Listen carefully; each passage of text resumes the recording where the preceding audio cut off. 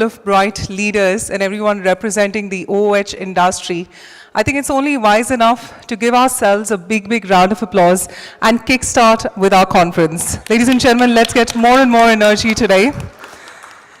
Well, during the course of the day, we will meet industry veterans, brand leaders, and the top experts under one roof to discuss on the growth of OH, how brands engage with a vivid range of consumers today.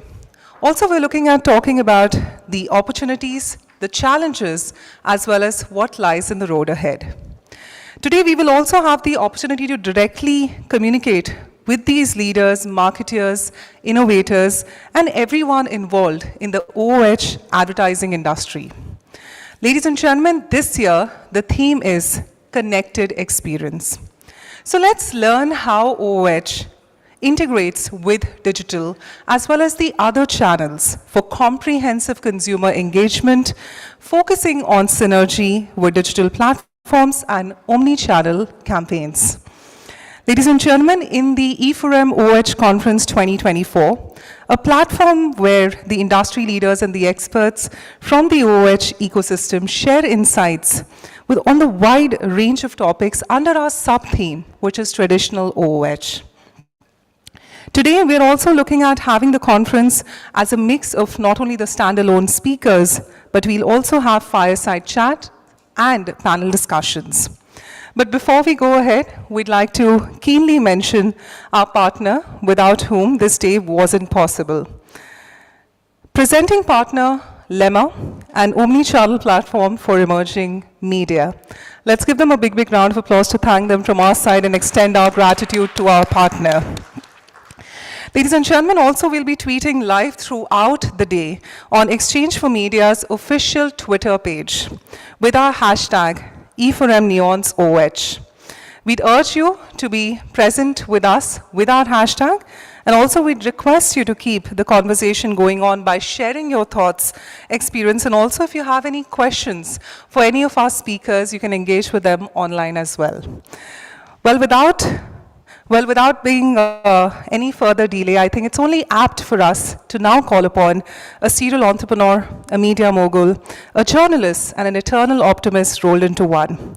Ladies and gentlemen, let's call upon Dr. Anurag Batra, Chairman and Editor-in-Chief, BW Business World and Exchange for Media, for his welcome address. Come on, ladies and gentlemen, much more applause in the room. Good morning. It's my honor and privilege to be at the e4m Neons. I started my career in advertising, marketing, media in the out-of-home space many moons back. I joined HTA in 96, 97, and then Sunandan Chaudhary was setting up Portland for HTA, and I worked in the outdoor space for a while. So I do understand this space a little bit, not as well as all of you do, but I can say some of the issues that remained as part of the discussion 20 years back are still being discussed. As I was preparing for the keynote today, you know, the issue of measurement or a unified measurement for the out-of-home ecosystem is still being discussed. For the last decade, we've been talking of digital OH, and digital OH has become a reality. But how do you make sure that digital OH and programmatic come together? And the third issue is about how to deliver ROI, how to showcase delivering ROI. Measurement, of course, will lead to that. But these three issues have been, at least for this last 6-7 years, we are talking about them. But outdoor is growing.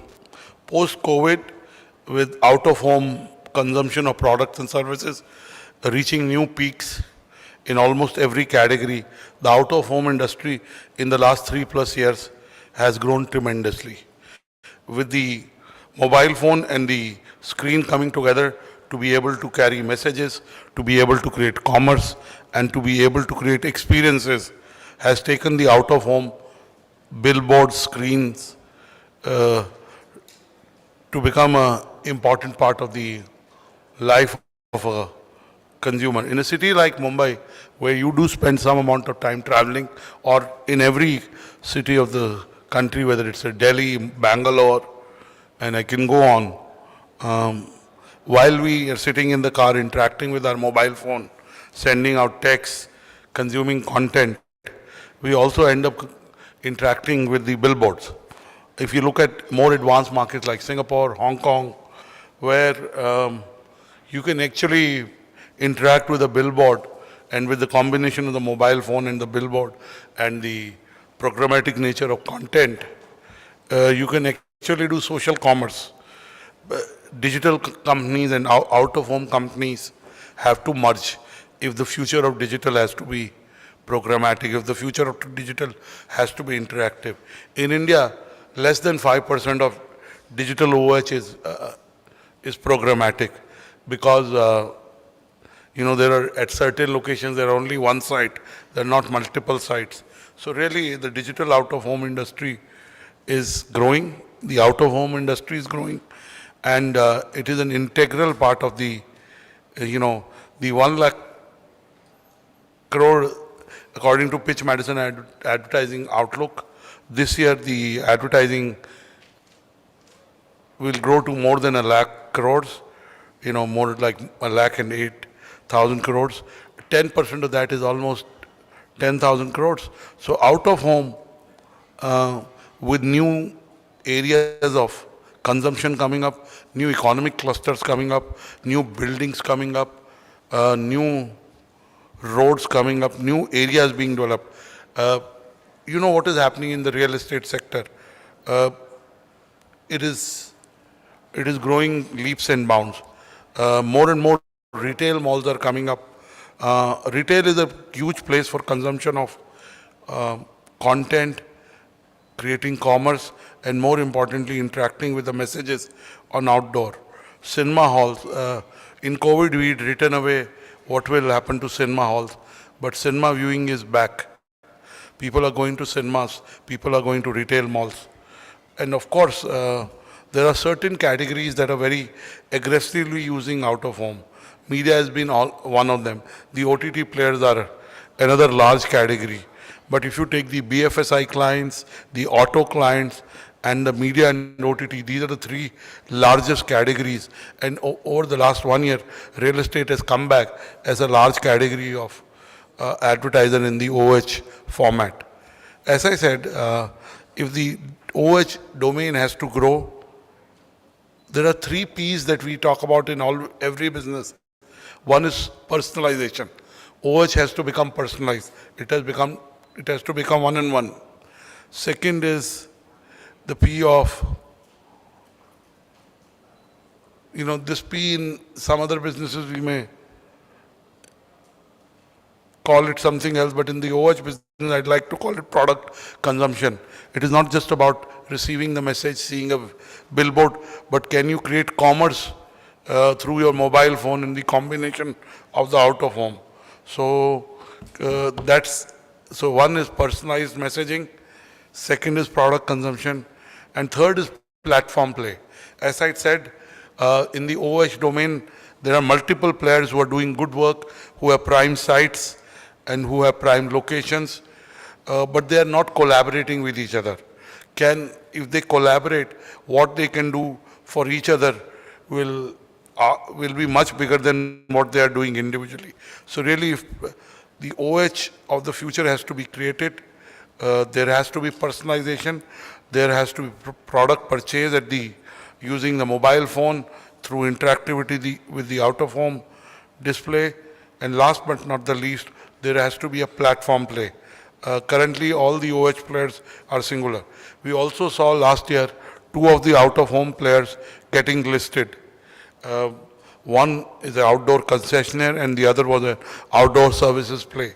So clearly, if you look at their stock prices, it also shows optimism in this space. And as this space grows, the other players, both on the supply side and the services side, will build unique business models. And let me give you an example. Outdoor and activation go hand in hand. And activation in events is becoming such a large part of every brand's repertoire that out-of-home and experiential can come together to create an experience. And that's where the large OH plays will be created in the next few years, and hopefully we'll see much more players getting listed. Tonight, we'll also be having the e4m OH neons. The e4m OH neons have been done through a jury-based process where multiple entries are shortlisted and showcased to the jury, and tonight you will see the winners. I can only say that OH is a medium that is evolving, growing, and continues to maintain its relevance in a multi-platform, multi-screen environment. Only need that the OH has, and I remember writing this piece 16, 17 years back in the Pitch magazine, and I said there is a hierarchy of media owners, and I said, basically I said media platforms, not owners, where I said that OH is at the bottom of the heap. I can say that the OH, there are many players represented in the room. Lemma is there. OH is utilizing technology, and it is becoming OH tech. Today we don't talk about food. We talk about food tech. We talk of insurance tech. We talk of ad tech. We talk of edu tech. If OH has to really become bigger, more relevant, and have really the trust of the advertisers, if I may use that word, OH has to use digital in a way that it showcases its effectiveness and ROI. I want to end by repeating what I said at the start, that there are issues in the OH domain which have been discussed for the last 10 years at least since we started the E4M neons, and they still have a long way to go, which is measurement. We don't have a single unified measurement system. The interactivity of the digital OH is still in infancy, less than 5%, more like 3%. So if you really want to combine the mobile screen and bring the power of programmatic, the digital OH domain will grow. And last is creating a platform play. In almost every domain of media, collaboration is happening. Newspapers are collaborating with digital players. Digital players are collaborating with magazines. Television is collaborating with digital players. There is a need for the OH players to come together and become one. For example, in the newspaper place, we have One India as a package where certain newspaper publishers have got together and they are leaders in their regional domains. They are offering a unified offering to the advertisers, which matches up with a giant in the space, or is in some cases even better. Can that happen in OH, where the players come together and are able to offer a unified offering? I'm sure as we progress these days, and these practices are not too far off, some of the things that we've talked in the last 6 years have already started to happen, and I'm sure as this domain becomes even more immersed in technology and where becomes more immersed in technology and where the measurement is very transparent and real time. And again, the combination of the OH billboard and the mobile screen can enable that. The amount of money that gets invested in OH will grow and will be able to justify the premium on billboards in certain locations. We know instinctively that these billboards are very, very important, unmissable, and drive a huge salience for the brand. But to be able to prove that in a scientific way will also help in solidifying the trust the brands have in these billboard platforms. So I want to end here, and I congratulate all of you for building a domain that is progressive, growing every day, and still remains a large part of the advertiser's repertoire. Thank you. God bless you.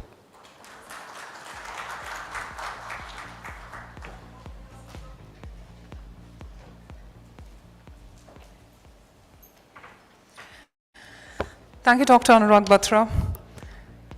Well, as you rightly said, in the era of collaboration, OH as a medium still continues to be relevant and is growing. And for that, I think we have to give kudos to all the leaders representing this industry, and we congratulate you on the same. Now, with that being said, it is now time for an expert opinion. Ladies and gentlemen, in the non-metro India, holding an untapped potential for out-of-home advertising, our next presentation explores why advertisers are turning to these regions and offering those creative strategies for utilizing the OOH formats to reach the emerging market consumers effectively. To deliberate on the topic, Untapped Potential, Unlocking the Power of OOH in Non-Metro India, ladies and gentlemen, we have a leader with over 20 years of experience in the out-of-home domain. Let's give a warm round of applause as we call upon our leader, the CEO of Mom's Outdoor Media, Mr. Jayesh Yagnik, on the stage. Come on, ladies and gentlemen, much more round of applause for our leader today.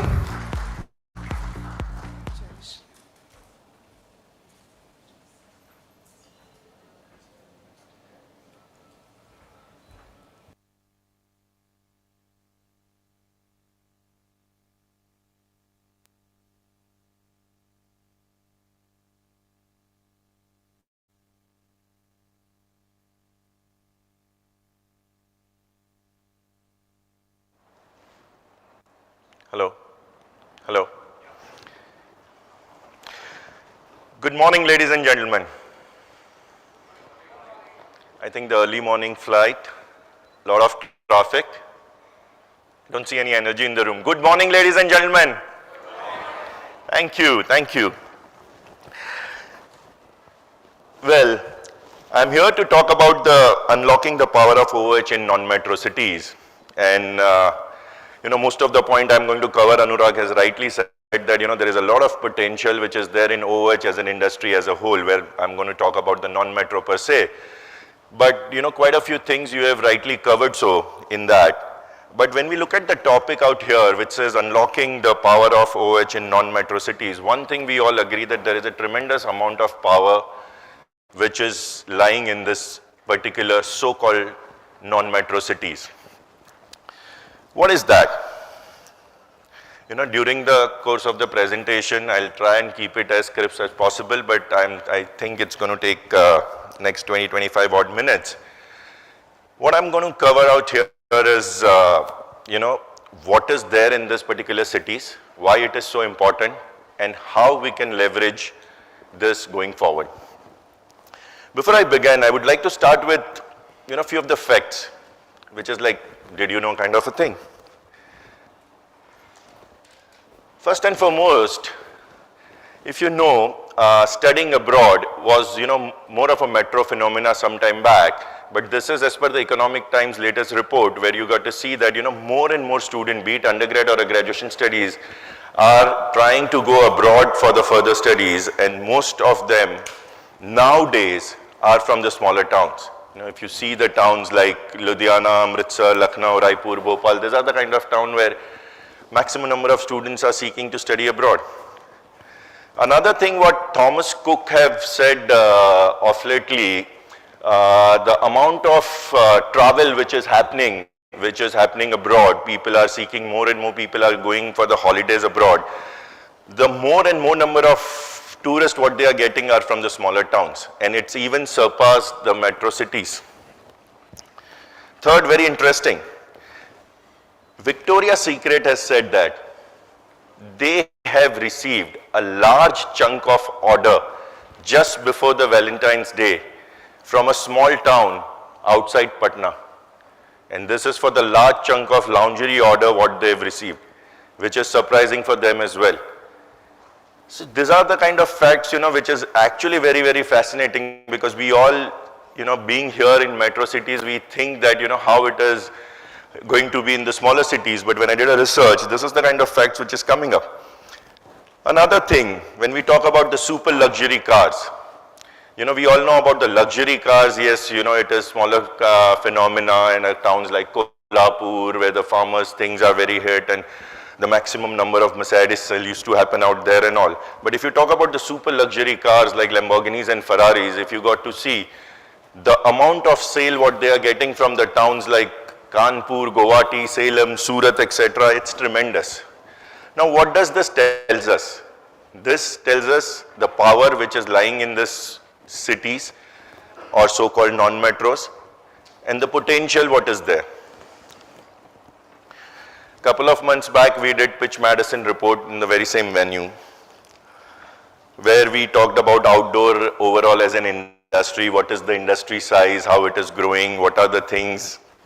And when we got to see that, we said that overall out-of-home edX is about 4,000 crore.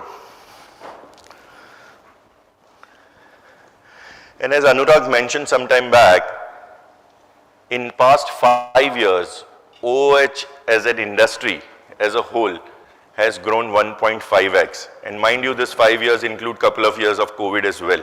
If that wouldn't have been there, this could be close to 2.2x.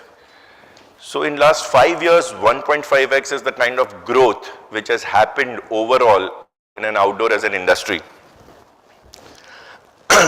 This, of course, tells us the tremendous growth and the potential this particular medium has. And I don't think anyone else, but we all sitting in this room have to take a credit for this tremendous growth in this industry. So please, if we can give a round of applause to ourselves. Thank you. Just to give you some example, back in 2019, not very far off, 5 years back, the split of metro versus non-metro in the spends was 80-20. 80% used to get spent in metro, 20% in non-metro cities. If you see in 2023 data, it has become 70-30. It sounds like, okay, 80-30 ka 70-30 hua hai, not much of a difference and all, but there is a huge 10% shift from metro to non-metro which has happened. I'm not saying, there is a growth, but growth is not as per the level of this. The 10% is a big shift which has happened. And if we are talking about the outdoor industry of 4,000 crore, it's good 400 crores what we are talking about, which has shifted from metro market to non-metro market. So, yes, the potential, the power, people are seeing it, brands are seeing it. How we can untap it and make it more, how more we can leverage it is what the question here. So, to give an example of the overall, this is the overall outdoor of 2023, where we have seen that approximately about 65% of the spend comes from a top 5 category in the outdoor. And when we say the top 5 category, of course, real estate being the number 1 because of its hyper-local nature, this is the category which is using outdoor extensively well. And FMCG to an extent traditionally have been using outdoor in non-metro cities and rural towns. But apart from that, if you see organized retail, consumer services, and BFSI, these are the players where the shift is happening. They are looking at the potential what this towns holds for them, and accordingly they are moving forward. Few of the notable shift in past few years which has happened, these are the categories which is predominantly using non-metro market over the metro market. You see paint, telecom, mobile handset, automobile, TV channel, footwear, can go on and on, but the potential which lies in these smaller markets, these are the category which is using it quite extensively.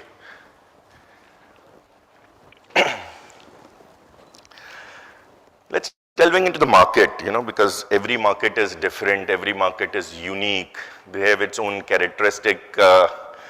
So what is there, in a particular market which gives us a local media, local touch point, and etc. Here I have defined non-metro as the market which has a population of 1 million plus, and obviously which is not a metro, so barring top 8 metros away, these are the markets what we are talking right now. When we used to talk about the non-metro markets, it's not only the markets like Agra where the Taj Mahal is present, or a Goa where the beautiful beaches are there, or maybe the palaces and the forts of Jaipur and Jodhpur. Of course, these markets are important because of the touristy stuff and all that. But here what we are talking is the markets where actually the consumer resides there. Actually, the people staying in this market who has a potential, who has a buying power, who has great market potential of this market. And those are the markets what we are talking about, which is right now while we are talking, it's kind of untapped as of now. So these are the markets which has a tremendous opportunity which can be unlocked now. So what's driving, this market shift, what is happening right now? Basically, I would say there are the three main factors which, typically right now is driving the shift from metro to non-metro, or even if we don't say a shift, maybe the increase in spend in non-metro cities. One, urbanization of this town. Thanks to Jio, the internet penetration is tremendous. There are hardly any, black spots in the city where you don't get a connection or something like that. So the people in this market are no more dependent on their, for their exposure to the metro city per se. These are the markets where people are present, where rapid urbanization is happening. These are the market where for any kind of global trend, they don't have to be dependent on any metro markets or anyone else. So the urbanization of this market is rapidly growing. Second, of course, the rising in disposable income. With the increased economic opportunities, these are the market where the disposable income is increasing, and obviously the second point is related to third point, which is a changing lifestyle, because with the change in disposable income, the change in lifestyle happens. So these are the basic demographic shifts what we are seeing in these markets. If I have to land that in a OOH thing,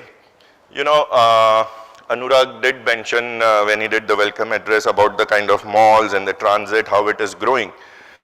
If we see in the non-metro markets, barring the traditional and the DOH, I'll keep it aside for the timing, but the airport, malls and transit, these are the three things which we are saying the shift is happening from 4% to 9%, malls from 14 to 26%, transit from 38 to 49%, and this is not stopping here. This is definitely growing, and I'll tell you how. Let's look at the key growth factors in OOH space, like we said. Malls, growing mall culture in the smaller market. This is one of the very important thing which is happening. Airport infrastructure. As we know, the more and more airports are opening up in these markets, the smaller cities, smaller markets. There are quite a few airports which are coming. Changing landscape with the metro rail network. We are having tremendous metro network running across the country right now. The beautification of railway station, more aesthetic, beautiful looking, giving more opportunity to advertisers. And last, the widespread of road network. We have seen how extensively the road network is spreading in our country, and that is something which is driving this growth. If I have to talk about the malls, which was the first point, we have 30 plus shopping malls have opened since 2019. And the number remains 30 plus because of the couple of years in COVID. Otherwise, it would have been about 50 plus right now. But, and see, because the metro, we all know, it's kind of saturated right now. Every big city has 5, 7, 10 malls per se. But this is the kind of a place where we are seeing that, see the cities like Lucknow, Mangaluru, Dhanbad, Muzaffarpur, Guntur. These are the places where the mall culture is growing and more retail opportunities are coming up. Newer airport. Airports, if we see, we have airports like Mopa Airport, which has just opened, Noida Airport, Kushinagar in UP, Kunnur Airport in down south. So what does this gives us? Obviously, as an outdoor per se, we are getting a great amount of inventory to grow our size. So we are getting tremendous inventory, which is aesthetically better looking, where brands will keep a faith and advertise. Just one of the example, or maybe a couple of example I'll just give you. In a smaller city, smaller airports, what are the kind of thing brands are doing to reach out to the customer? This is one of the example what I'll tell you. This is for the gold medal switches, one of our client, wherein we have taken trolley branding in all these airports, kind of reaching to 100% of the target audience, presence in arrivals, departures, everywhere, be at the right touch point at the right time, and you can create that tremendous omni presence as far as the airports are concerned, because these airports are comparatively smaller in size, and then your presence felt everywhere. Just another example, while we are talking, this campaign is on right now in Jaipur city. We are doing campaign for Etihad Airways, where we have literally painted the pink city in red with Etihad Airways. Etihad has started a direct flight from Jaipur city. Now, obviously, they must have felt the need, and that's how it started. We are talking about non-metros here. There couldn't be a better example than this, that earlier, even from the people from Jaipur has to go to Delhi and take the flight if they are flying abroad. And more cities are lined up. It's not only restricted to Jaipur as one city, but this again relates to the point what I have told you earlier about the Thomas Cook example, where they are getting more number of tourists from non-metro cities as compared to metro cities as far as abroad traveling is concerned. So there is no doubt, I'm sure Etihad must have seen some potential in number of bookings which they are getting from Jaipur and felt the need of starting a direct flight from there. India's metro network, there's no doubt about it. We all know in 15 cities it's up running successfully right now. As I told you, it gives us a great amount of inventory to look at as far as metro is concerned, and for the brand, better looking aesthetic media.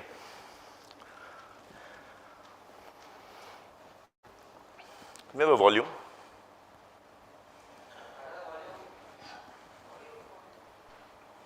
देश में वंदे भारत के 3 model चला करेंगे। Vande Bharat sleeper, Vande Bharat chair car और Vande Bharat metro. See, just a small clip here where our Honorable Prime Minister is talking about Vande Bharat train. We spoke about metro, but when we talk about the long distance train, there are 3 versions of Vande Bharat which is set to come. One is already there, which is chair car. The new in line is Vande Bharat sleeper, and there is a Vande Bharat metro as well. What this tells us? This tells us the opportunity which these towns possess, an opportunity for the brands and the corporate marketeers to go and hit at the consumer at the right place. If you got to see, these are the 70 new routes Vande Bharat has, and out of which 51 is already operational. And almost most of them are in the smaller cities. There are opportunities like we have in the aircraft. Vande Bharat do as an opportunity of a seat bed branding, tray branding, door branding, etc. So there are immense amount of opportunity with this thing possess. At the same time, we want to develop the good road infrastructure, and we are doing for that. We are making tunnels of 2,50,000 crore. We are only making works in Kashmir of 1 lakh crore. We are making the road construction of 5 lakh crore in Northeast, Assam, Arunachal, Meghalaya, Tripura, everywhere. So all part of the India, we are given priority for that, and our budget is also.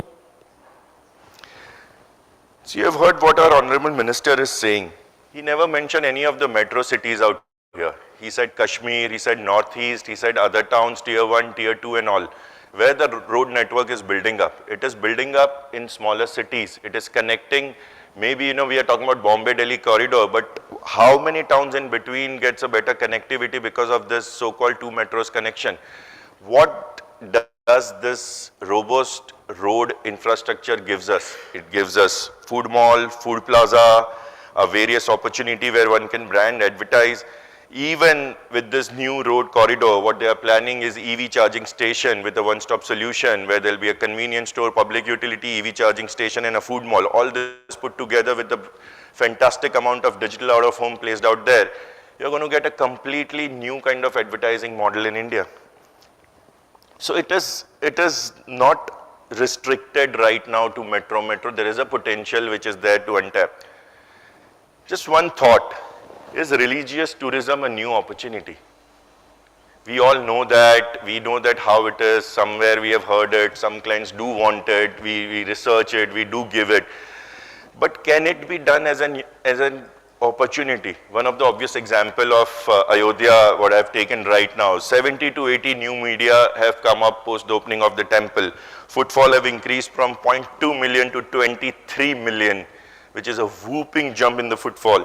Media cost in that particular town has increased 3x. And I personally feel it is still underrated.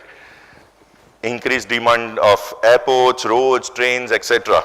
So Ayodhya is just one example, but if we put together everything like Amritsar, Tirupati, Shirdi, Jammu, Katra, all this put together, brand would love to be present there, whole 12 months. So these are all smaller towns. The opportunity is there. We can definitely untap it. If I get into the unlocking of OOH in non-metro markets, I feel that these are the 4 broader points. Number 1, and the most important I would feel, is the cost-effective solution. As compared to metro markets, non-metro markets give you a fantastic economics when you advertise out there. When we talk about the thing, I'm not even comparing with any other media. If I get into comparing with the media like press and all, it is way, way better. I'm just talking about comparing it with the metro cities. Cost effectiveness is one of the things which is very, very important, and one can, leverage on that. Second, increase recall and impact. Because of the less clutter, when I say less clutter of the corporate brands being present in the smaller cities. Because of the less clutter, the recall becomes very, very high. So when your consumer is there, you want to reach out to them with the less clutter, with the high recall, your job is done, as a marketeer. The number 3 is longevity and sustained visibility. Obviously, because of the cost, brand can afford to be in the non-metro markets for a much, much longer period. Those were the days in outdoor when you used to have an annual campaigns brought down to 6 months, then quarterly, then 1 month. And because of the cost, these days now we are seeing even 10 days campaign has become quite regular in metro cities. Where the longevity will come from? It can come from a market like this, which has a great potential, very cost effective, high recall, and longevity and the sustained visibility is something which can be attained in these non-metro markets. Last but by no way least is the local flavor and relevance. We all know how unique is our country, how unique is our culture. Every city has its own nuances. If we use it in a right manner with the local language and the stuff like that, it definitely can create a magic. When they say that brands always want to talk to the mind of the people, but when this thing happens, you can talk to the heart of the people. Just one of the example of the local flavor for one of the brand what we have done, which is, the Asian Paints Ultima Protect. Obviously, the languages are different in various states of South where we have done the campaign. But the text says, coffee means kapi. Lamination paint means Ultima Protect. It says chipcook means cricket. Lamination paint means Ultima Protect. Cinema means Tollywood. Lamination paints means Ultima Protect. So depending on where, which state, which town, take the local nuances of that, and then you advertise in a right kind of a manner, that is where you reach to the heart of the consumer. Just one of the examples, Starbucks is our client. We keep doing campaign when they launch in various cities. If you see here, when they launched in Nasik, it was the Nasik Dole which was happening out there just to connect with the consumer. When they've launched in Dehradun near the Doon school, the name of the students appear on the cup because Starbucks writes your name on the cup. So, it gets relevant out there. When they've launched in Bhubaneswar with the traditional Bhubaneswar design and the thing which was, explained out there. So the local nuances, when you are going in that city, you need to talk to the consumer in that particular language, in that particular lingo where they understand it the most. And there cannot be any better way when they are announcing a launch of a particular multinational coffee chain in your city, it has to be in their own language where they understand it the most. This is one example I would like to tell you, this Pulse. Pulse is a Pulse candy. DS Group comes up with this Pulse candy, and it's one of the very famous candies which is available in the market. We wanted to do something different for Pulse as a candy and create something spectacular about it, that how can we do it and all that. And when we talk about something spectacular, the first thing is, gateway of India पे कुछ करते हैं, India gate पे कुछ करते हैं, कुतुब मीनार पे let's do something. Never think of any other places outside metro cities. Here we connected it with local Uttarayan festival in Gujarat, tried to attempt a record. We got failed on first time. We re-attempted in Run of Kutch. Without saying much, I think I'll just show you the video. It's about 1.5 minute video, which will give you an idea what exactly this was.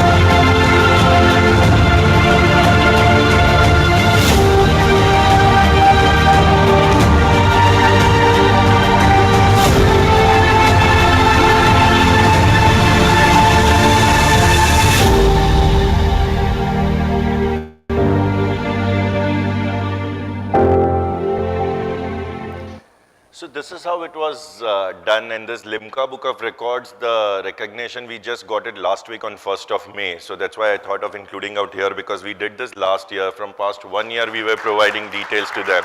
Thank you. And finally, they acknowledged it, and they've got this, because Limca Book of Records is one place where you don't have to pay any money to register your records, unlike any other record book. This is genuinely, if they find it, there is a merit in that, and then only, you can get registered out here. So this was just one of the example. Obviously, the smaller markets has a lot of other media, unconventional media. Apart from the railway station, bus station and all that, there are markets which gives you a board branding and the store branding and the arch gates and all that. I'll not get much of a detail out there. There are railway station which provides audio and visual advertising opportunities, which we have used at quite some places right now. Highway, I already spoke about food malls, food station, what kind of an opportunity as an outdoor media, what it can provide you. What's next in smaller market? Coming forward, few days now, DOH bloom. We see that DOH is now, right now, blooming like crazy in metro markets. What is there in non-metro markets as of now? Today's OH is growing exponentially, and in the advertising space, we know that how it is. You can understand because of the longer time in recovering the capex, maybe the smaller cities are a little resistant in DOH investment as of now. But let me tell you, if you have certain media which is aesthetically better looking, which is digital, which is programmatic in nature, where you can have different triggers to advertise your media and all, you can demand that premium in your own market. And one can demand a premium by installing such media, and then capex recovery will not be a longer for sure. We have DOH environment everywhere. We have it at workstation, inside lifts, inside corridor. We have it at leisure, like cafe, pubs, restaurant, etc.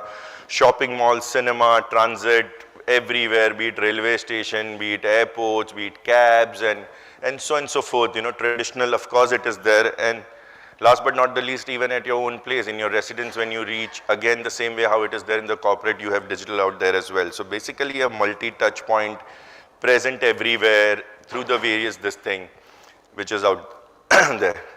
So just to sum it up, we see the growth, how the non-metro edX has shifted from 20% to 30%. A big 10% shift in past 4 years, which has happened from non-metro to metro market, metro to non-metro markets. Infrastructure boom, we have seen transit, we have seen road infrastructures, malls, multiplexes, airports, how it is growing. And opportunities because of its cost efficiency, the longevity of the media, better recall, local flavor, and digital out of home going forward are the factors which will definitely take non-metro markets to the next level. Thank you so much. That was my time. Happy to connect. Thank you. Request you to stay on stage. Thank you so much. Ladies and gentlemen, let's give him a big, big round of applause. What an excellent expert presentation that was. And if I may have the honor of calling upon Mr. Junaid Sheikh, Managing Director of Roshan Space Brandcom Private Limited, to help us with the felicitation. Ladies and gentlemen, a big, big round of applause for both our leaders on stage. And truly, after this presentation, one can say that we're ready to unlock the power of OOH in non-metro India. Let's give both of them a big, big round of applause and a kind mention to our speaker, Mr. Jayesh Yagnik.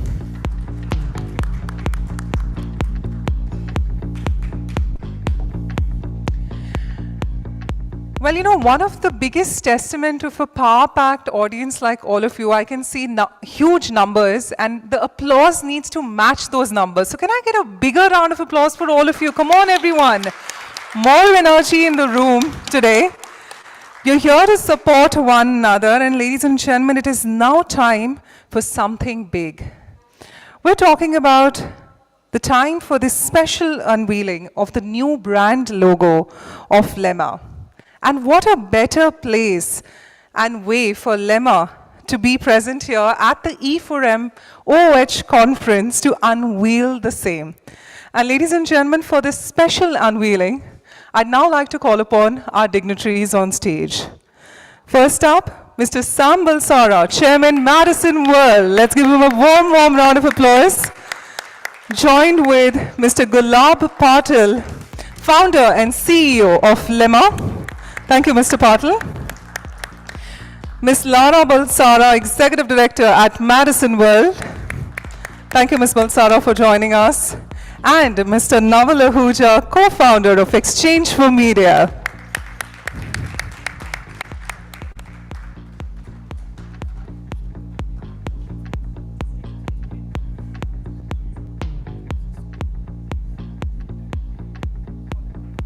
And also, if I could have Puneet Biani, Strategy Head of Lemma, to please join us. Ladies and gentlemen, a big, big round of applause for Mr. Biani as well.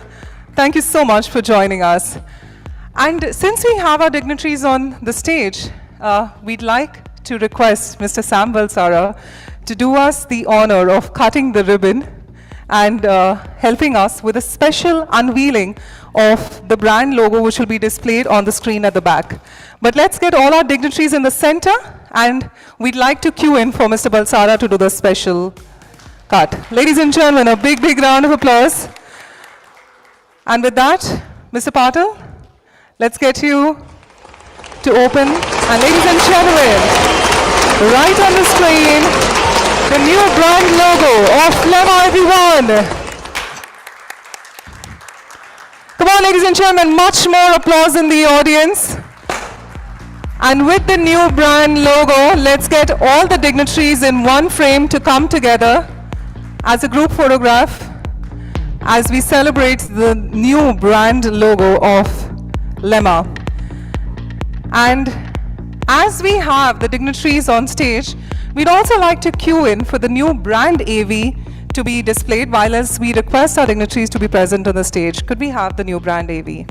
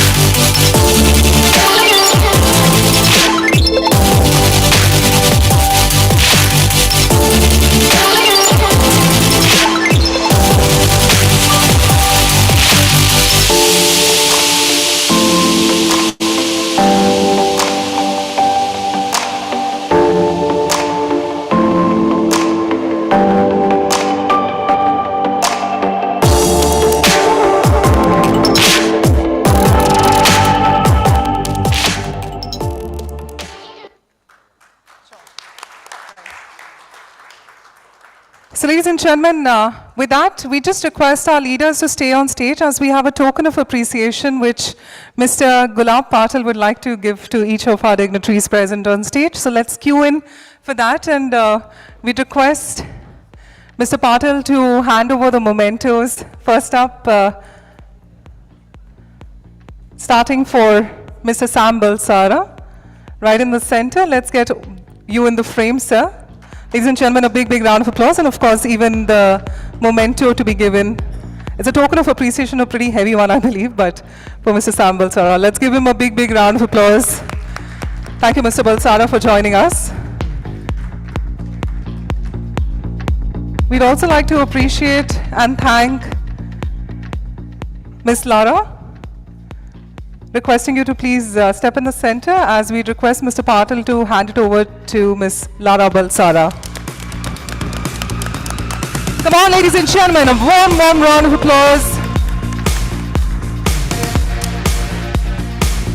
And also we'd like to have the opportunity of thanking Mr. Naval Ahuja as well. Mr. Patil to Mr. Ahuja. Usually it's the other way around, but Mr. Ahuja, today it's the time to accept the token of appreciation from the Lemma's team. And with that, thank you to three of our leaders for joining us. And Mr. Patil, over to you to say a few words.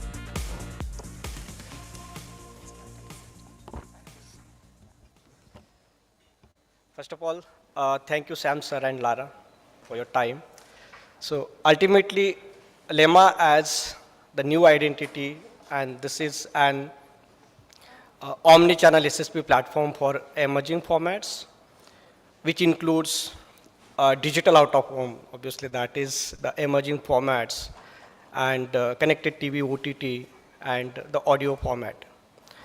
Ultimately, our objective, our vision is to help media owners to connect mainstream so that we can help them to bring additional revenue from the programmatic channel and help brands to reach their target audience through the emerging formats.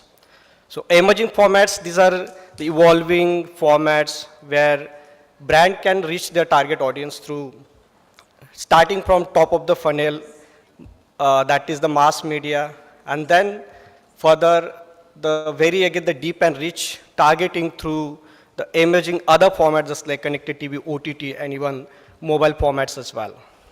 Ultimately, Lemma as a brand, as a take partner for both supply and demand to connect them transparency and with full of control. And we are with you for any kind of the tech support. Ultimately, we are the take partner for you.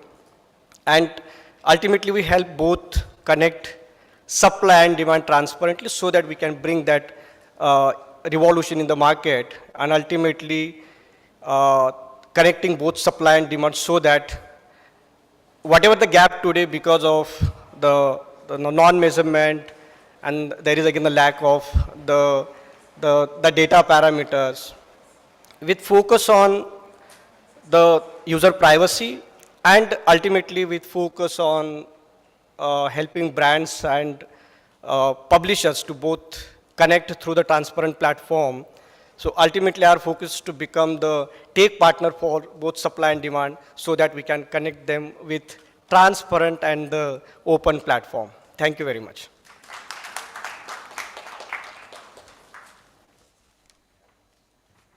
Thank you so much. And ladies and gentlemen, let's give once again a big, big round of applause to the entire Lemma team and congratulate them for the new brand logo launch. Well, congratulations to the entire team of Lemma, and we're glad to see you in numbers and always happy to have you at the platform joining us today. So ladies and gentlemen, with that, it is now time for our first panel discussion, wherein we're ready to deep dive with some of our esteemed panelists who are going to be sharing their insights. And our topic for this conversation is OOH and the digital revolution, finding synergy. Join us in exploring how the traditional OOH media is evolving with digital tech like dynamic content as well as geo-targeting. We're talking about enhancing the effectiveness and also the relevance of the medium. Get ready to uncover the strategies to navigate this dynamic landscape and also maximizing the OOH advertising, ladies and gentlemen, in the digital age. We heard even in our opening remarks about how this is extremely relevant. And let's now talk about this bit at the very start with our esteemed panelists joining us. So ladies and gentlemen, it's indeed our honor to shortly call upon our panelists on stage. Let's give us a couple of times to set the stage further. We have leaders from HSBC India, Pernod Ricard India joining us. We have leaders from Z Studios, Lionsgate India, Interspace Communications, and it's going to be moderated by somebody from Exchange for Media. Also, we'd request you, if you still haven't got an opportunity to tweet or look at the live tweets, we'd urge you to go to the Exchange for Media's Twitter handle and see the live tweets about everything happening at our pivotal event today. So do so right now, wherein you can take out your mobile phones, look at those tweets, retweet, or you can start your own Twitter thread. So ladies and gentlemen, with that, it is indeed an honor to call upon our esteemed speakers on stage. First up, let's call upon Ark Prava Ray, Head Marketing Strategy, Brand Partnerships and Events, HSBC India. Thank you so much, Ark Prava, for joining us. I believe we can start from the extreme left, Ark Prava, or anywhere? Okay, works. However you'd like, sir. Thank you. Also joining is Atika Ihsan Ansari, Head of Media Digital, Pernod Ricard India. Let's give Atika a warm, warm round of applause.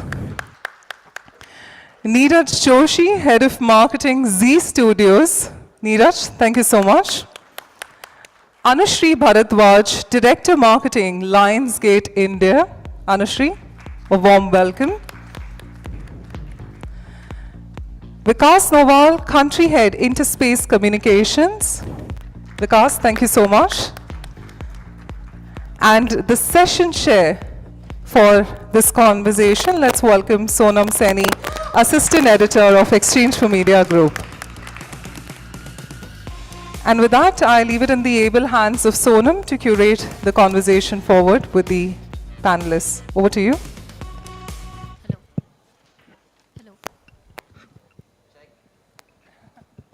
Hello. Yeah, and just take like 5 seconds. Give it 5 seconds after switching it on. Hello. Yeah. Thank you, Bhavna. And good morning, everyone. And welcome to all our panelists.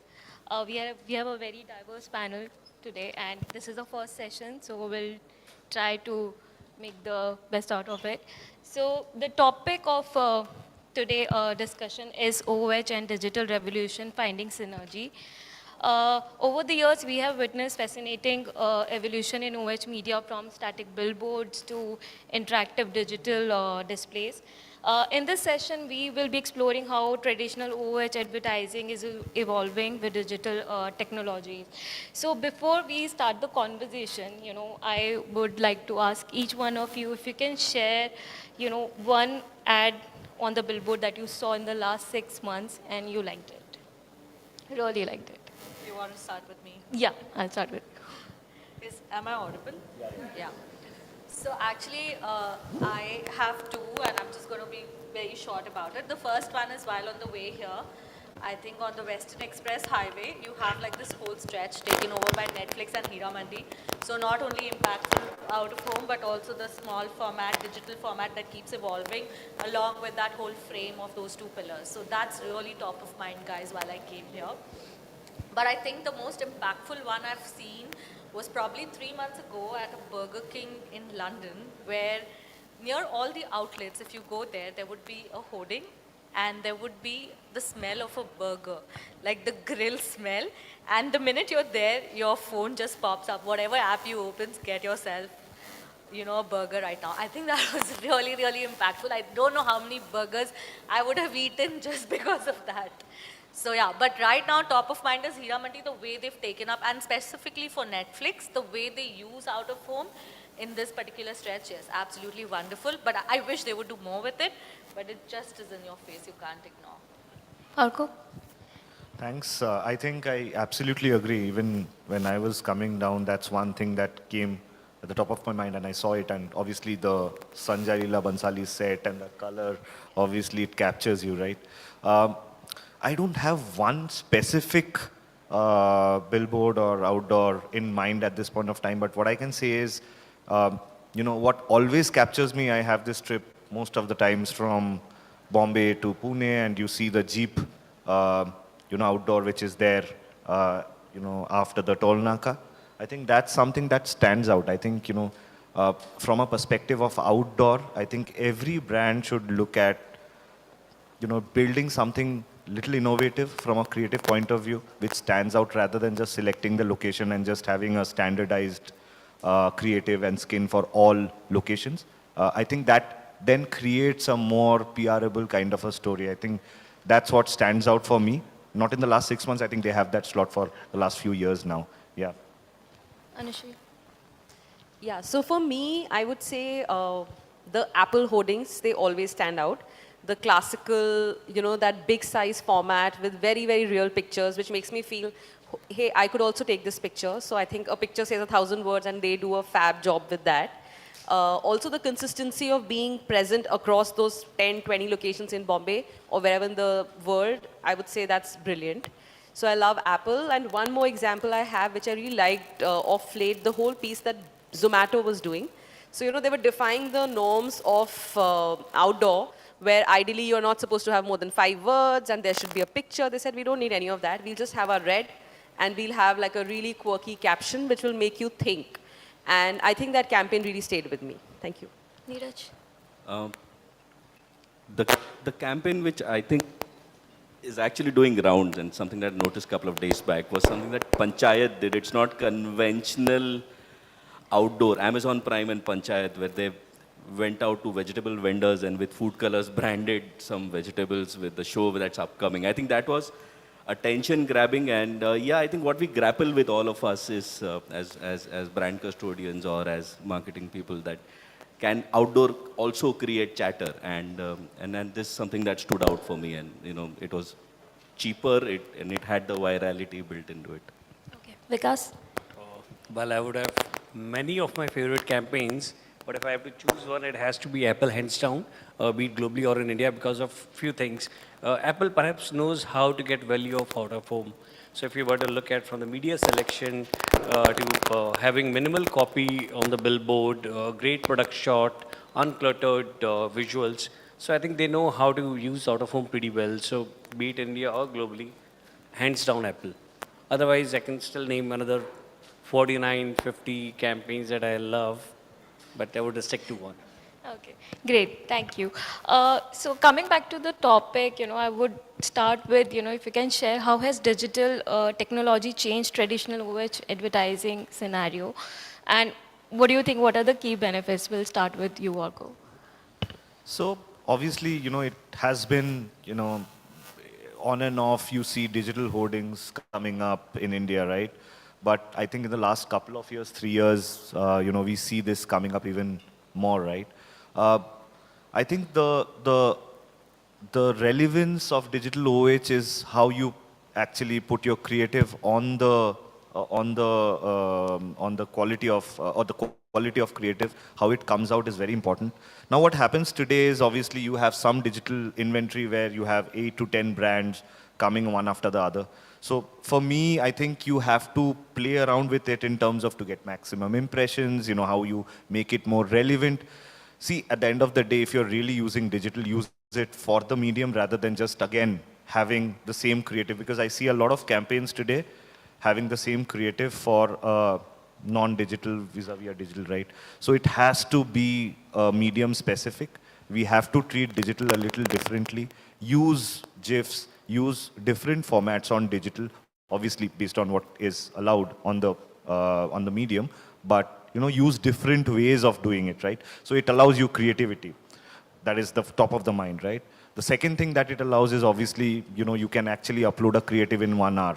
So, when marketers actually and the agencies run helter-skelter to get their campaigns live, this is one medium where you don't need, somebody to, climb up and, put up a skin on a particular hoarding. So obviously it's very quick and you can actually track it as well, right? Programmatic helps you, in terms of where, who is present, tracking eyeballs, etc. That's the third thing that comes to my mind. So I think there's huge amount of advantage when it comes to digital. It's how you use it and how apt it is for that particular medium rather than just keeping it standardized is what will actually, determine what you're doing, right? The last point that I would want to mention is obviously we are last 1.5, 2 years, we've seen the anamorphic and 3D, etc., coming up really in a big way, right? I would suggest let's again think of the creative that you want to put on anamorphic rather than just, okay, I want an anamorphic to be a part of the plan first and then think of the creative, because it's very important because there are different brands, different products. And, for example, I am working with a bank, right? So the only product where you have a touch and feel is the card, a credit card or a debit card. I'm not selling a Ferrari car that I can show a car or a beautiful, bag or a shoe, right? So it becomes very difficult. How you make it more relevant, emotive is very important. So think from a creative point of view and then you select the medium is much more relevant. Obviously, you'll have that one thing that you want to do in a campaign that stands out, wins you award. I understand from a marketer's point of view. That's very important to be relevant in the market, right? Also, you use PR in addition to that, right? So I think start thinking creative and then you select the mediums is, I would suggest, what you should do. Adhika, you would like to add something? Yeah, of course. I'd like to add, but because I think Argo's spoken a lot about creative and how to handle it. What I think technology does for outdoor is very specifically addressing the challenges that the medium had, say, 20 years ago. It's a static medium. We always said that it is for impact, it's only for local presence and so on and so forth. Introducing technology in digital is helping you deliver ads in real time. It's helping you track, it's helping you measure, and maybe one day it will help you measure the uplift in the audiences that saw it. It helps you target. I mean, of course, we are at the starting point of tech where it is not so fully fledged as digital. But all these technological interventions within the outdoor medium will make it more measurable, also hopefully push us to plan more efficiently and use it appropriately for our brands. So I think technology in outdoor perspective, from an outdoor perspective, of course, can be used to enhance creativity, cut the turnaround time, but the most important thing is it will help you measure, help you target, which is a challenge that this medium faced for the longest time, because as marketers you're like, ek bada billboard laga do wahan par sab log dekhenge, but the point is, what's the action out of it?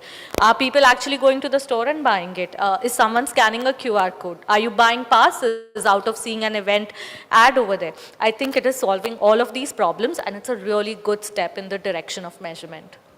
Thank you. Anushri? I think Atika and Arko have really taken my words and thoughts and put it out there. But for me, coming from the media industry, putting movies out there on hoardings or billboards, to me, it's the dynamic nature of the piece that's really made a difference. I mean, the moment I put a John Wick poster and, he's just standing or just shooting his gun to you versus it's on a digital billboard where he's actually shooting the gun, I feel that creative really, really makes a difference. And for me, whenever I went abroad back in the day and, I saw all those clean, large size outdoors, I just waited, when will it come to India? And I'm really, really happy that it's finally here. And of course, there's measurability, there's programmatic buying, you can do all of that. You can also select that for a brand like us who's really, really premium and, more of a metro phenomena currently, in that also we have pockets, so you can select where you want to be. I think it does a fab job and it really ticks all the marks in terms of ATL branding for us. Neeraj? Just to add to what everybody's point of views are, and they're absolutely spot on. For a cinema product, the cinema products are what we make usually. What outdoor solves for us is, it's a large imagery driver for us. Outdoor is the closest to us showcasing our imagery in the format that it's supposed to be consumed in the large screen, in a dark room kind of a setting. And what digital has done is it helps us do more. And it's cost effective.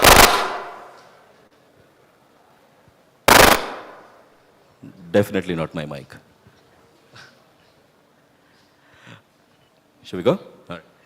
What digital signages have been allowing us to do now, as Atika rightly said, is measurability. Because that's one thing that we grapple with, right? I mean, imagery is one point. You keep plastering the world with it. And what outdoor also does for a product like ours is give us some serious deep penetration in the country. So there are places, especially for the kind of products that we have, which are consumed in towns which may or may not be viewing cable TV, which may or may not be viewing satellite TV, but there will be a cinema there. As ramshackle as it can get, and people would still be buying tickets and watching movies over there. Outdoor helps us reach out there in a manner which is unprecedented. We become the top film for a month, and that really makes a deeper impact into our business. As far as digital is concerned, yes, it's more expensive, as you would know, and and we wish it wasn't. But one interesting exercise that we had done in the past, and it kind of gave us middling sort of a result, was we just put one exclusive QR code for one billboard and see kya log actually scan karke karenge. And we actually put a ticketing offer on that, buy one get one free sort of a thing. Not very enthusiastic on the result, but if it's directionally correct, if we can create communication and if we can create attractive offers while you're stuck in a traffic jam, scan it now, it's a spot offer sort of a thing, might not be a bad idea. So these are the opportunities that digital signages or the merging of digital and static could bring into our lives. Vikas, before you like speak on that, I would also like to know, like, Neeraj said it's also expensive. So just want to understand, when compared to like effectiveness. It's not expensive. You should know how to get value out of it. Okay. All good things come at a price. So does the digital. So you know how to get value out of it. So two things that I would want to do. One is answer what Neeraj said. I'll take up his offer. I'm happy to create a Super Bowl moment for Z Studios over here, and someday we shall do that. Definitely. Coming to what digital does vis-a-vis traditional out of home. So I would answer it with a lot of excitement and a little bit of pain. Excitement because it gives you agility. It allows you to engage people. Okay, but the pain is that we are not able to get value out of it. One is we can extend it or integrate it with social media or say mobile marketing. That is one bit. And second is we are still not able to make it engaging. So we need to create little experience for a consumer. And it doesn't have to be quite expensive. And I will give you an example. A financial company can advertise for investments during the day, and in the evening it can talk about the points that they would get when they are spending through their credit card. Okay, weekends they can advertise about the shopping, and the weekdays they can talk about the investments or the loan or other facilities. So I think there's a lot that can come to it without any additional cost to it.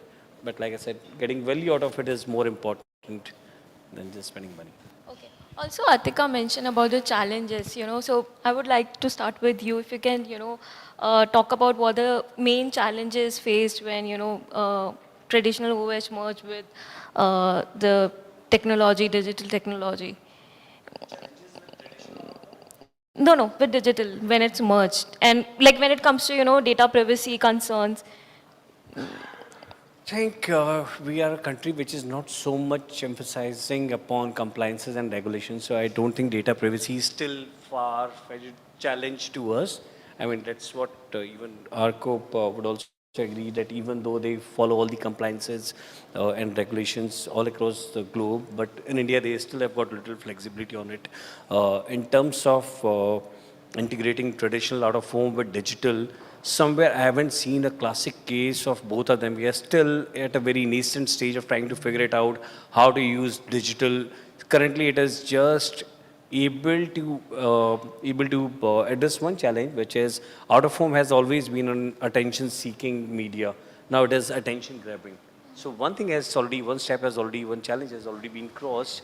But like I said, it's quite a nascent stage before we get on the integration part of it. So far, it hasn't happened. But perhaps as the media evolved, we should be able to somewhere figure it out. A better synergies wherein traditional out of home and digital out of home can complement each other better. Neeraj, you would like to add something? I think I'll talk for the business that I do, and I think it'll be a better answer. We traditionally have been using outdoor as a reminder medium in the last mile burst.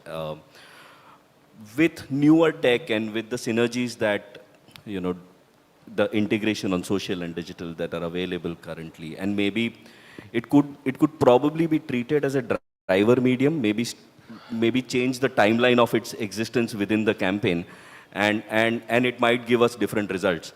And I think that's the problem and the challenge that I think we have currently as marketers. And I would like to look within to solve a problem rather than looking at the tech saying, the tech's not up for it, or maybe the regulations are stopping us, or maybe the data laws are stopping us, or policies are stopping us. If we are able to somehow think differently about outdoor as a medium, and then probably apply it, there might be better answers, might be more failures. I mean, I'm not denying that at all, but there might just be a better utility case or better use case, as we like to call it. I think from my perspective,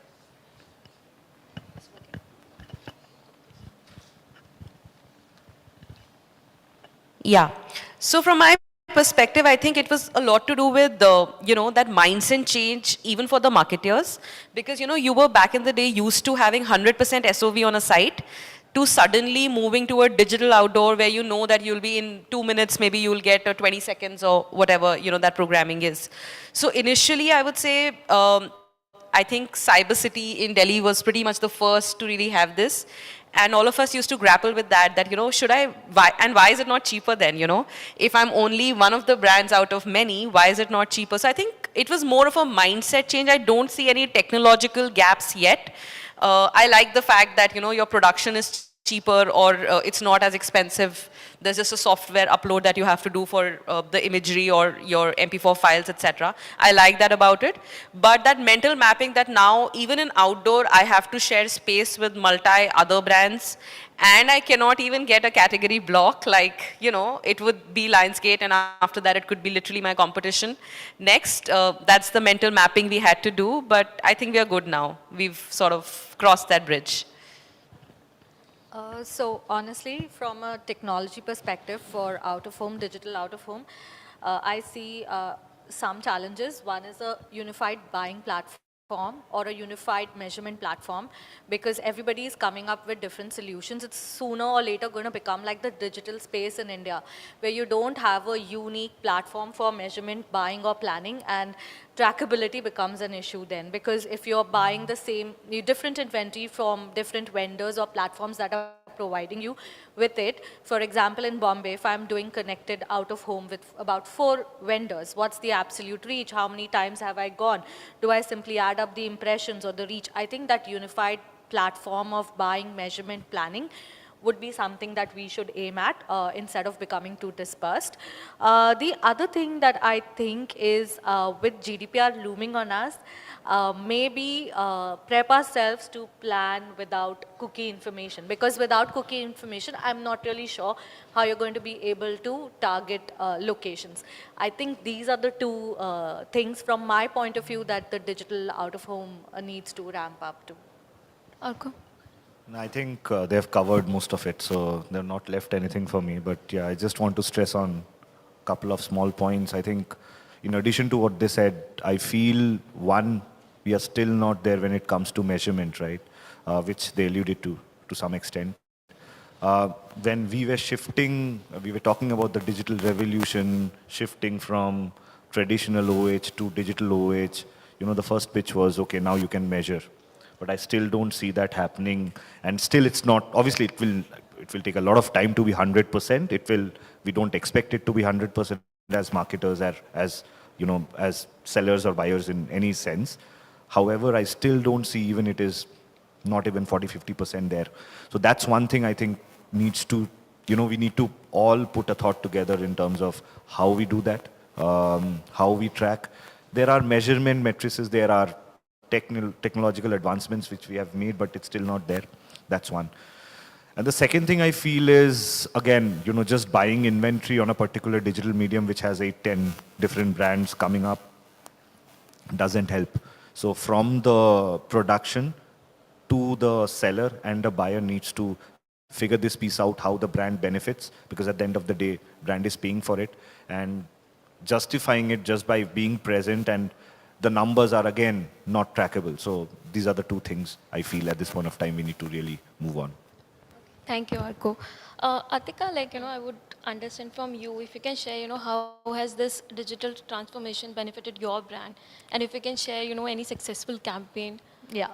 So for us, this digital transformations definitely helped. I can think of 2 examples. One, of course, we advertised Shivas Regal glassware. That's a genuine extension.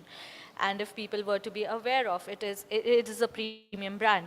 So we figured out through, digital out-of-home vendors where this brand would make the most sense basis, the locality and stuff of the top 5 metros. We ended up, advertising over there with a QR code for an exclusive party invite. Like someone mentioned on this panel, it was not like we got 1,000 people registering for it because that was not the numbers, but we did get sufficient interest. So that was a way of having a targeted campaign with a QR code.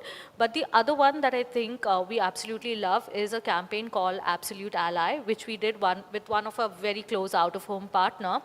And we recreated the silhouette of the Absolute bottle, or the philosophy of the brand essentially at Bandstand, where people would actually walk through it in different colors. If you know, Absolute as a brand stands for inclusivity. It stands for the different colors of the rainbow, and it takes so much pride in being inclusive. That is what we did in the week of 14th of February, and it was the month of love. We did that. We invited performers from all over Bombay to come there perform, and this was being, live, captured live on our social media handles. This really worked so well for us that we were compelled to recreate one at the Sunburn, where people created videos of themselves performing on this tech-enabled screen, where the shadow of the person comes in different silhouettes of different colors, and it talks only about inclusive. No matter what dance form, no matter what you want to perform, this is your chance in your screen. And as a brand, we felt that it was not only the right place to engage with the audience, but also providing an equal platform for everyone. So that's something, and with just that, I'm not saying that the sales of Absolute mixers went through the roof, but we definitely had way more social mentions throughout our key period, which is the festive period on social media, other than any brand in that particular category. So we did see that very well. Also, we saw some brand KPIs of consideration moving up. So that's really worked well for us, both technology as well as targeting. Orko. Sure. Yeah, I was just, I wish I was selling Shivas and Absolute, but which is not the case. We are into a very boring kind of an industry, which is Sure. banking. Yeah. Just wondering, see, at the end of the day, there are people there who are selling entertainment, movie stars, and Yes. you are selling, Absolute and Shivas, Stuff that is better which than is- movie I mean, those stars. are I choices was, we I all was like make, feeling but like I yeah. have to now, Yeah, sure, absolutely. I take on No, this so vision. so the point is for us as a brand, and there are a lot of brands. Sure. Most of the products are need based. Yes. So on digital medium, how you actually showcase your product or service, it becomes more important for a brand like us to, I feel, be more emotive, show a lifestyle, show a kind of connect family, I rather think than a it's product. important for everyone. Yeah, yeah, I cannot absolutely. not show a lifestyle and be No, no, anywhere. Yeah, Absolutely, yeah. absolutely. But other than, like I said, other Yeah, than the sure. card, I don't have a product to show. Yes. It's only dreams and Yes, yes. So the point of what I'm trying to make here is I can't sell a home loan if the person is not wanting to buy a home, for example, right? Yeah. So that's the point. But so it becomes a little need-based for me. So innovation and creativity, and whilst it's equally important for all the brands here, but I feel usage of the right medium again becomes very important, and how you use it. I always tell my team actually that I have been a jury for some of the awards, outdoor awards, etc., and I see great work. So when I challenge my team that you need to come out with clutter breaking campaign on different medium, etc., I don't see that. So I don't have that one example that I can speak of and say that, but I can quote one, which is we did at the airport, I think, which was a 4-sided pillar wall, and we did a campaign around lifestyle and 4 different phases of life. I think that came out really well. I don't know if anybody has seen it. That shows. I don't think anybody has. So, but yeah. So that came out really I well. I certainly felt, have, but Rohan, yeah. yeah. Oh, great, great. Chalo. So I think that came out well, and that would be one example I would want to quote. Okay. Anushri and Neeraj, if you can quickly share your successful campaign and how the digital transformation, benefited your brand. I think for us, considering the TG is extremely metro-driven, what we've done is we've taken like a long-term commitment at airports, and we are ensuring that everybody who's departing out of Bombay or Delhi is getting to sort of see us. Also, in terms of affinity, that's when people are actually consuming the brand. So, when people are on a flight, we remind them, hey, download offline, watch this movie, etc. So just that placement, I feel, is really, really effective for us. In terms of innovation, of course, all of us have done a few of them.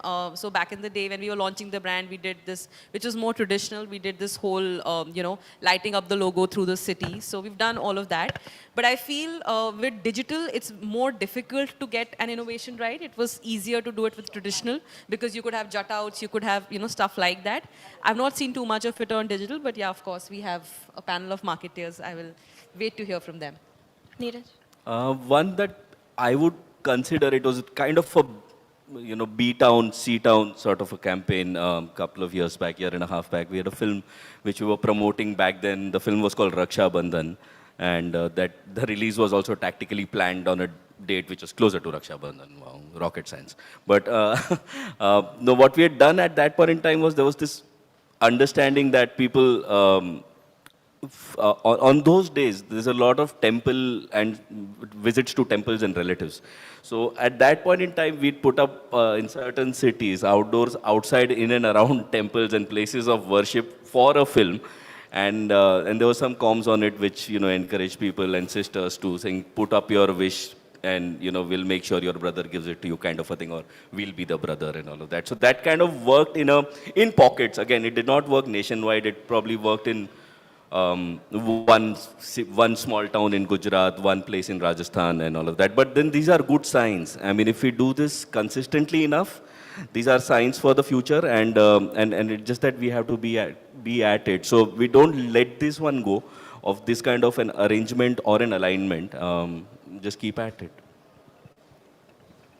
I Would think you like? it's posed to the marketeers and the seller over here, I but I know. would still answer it for a couple of my brands.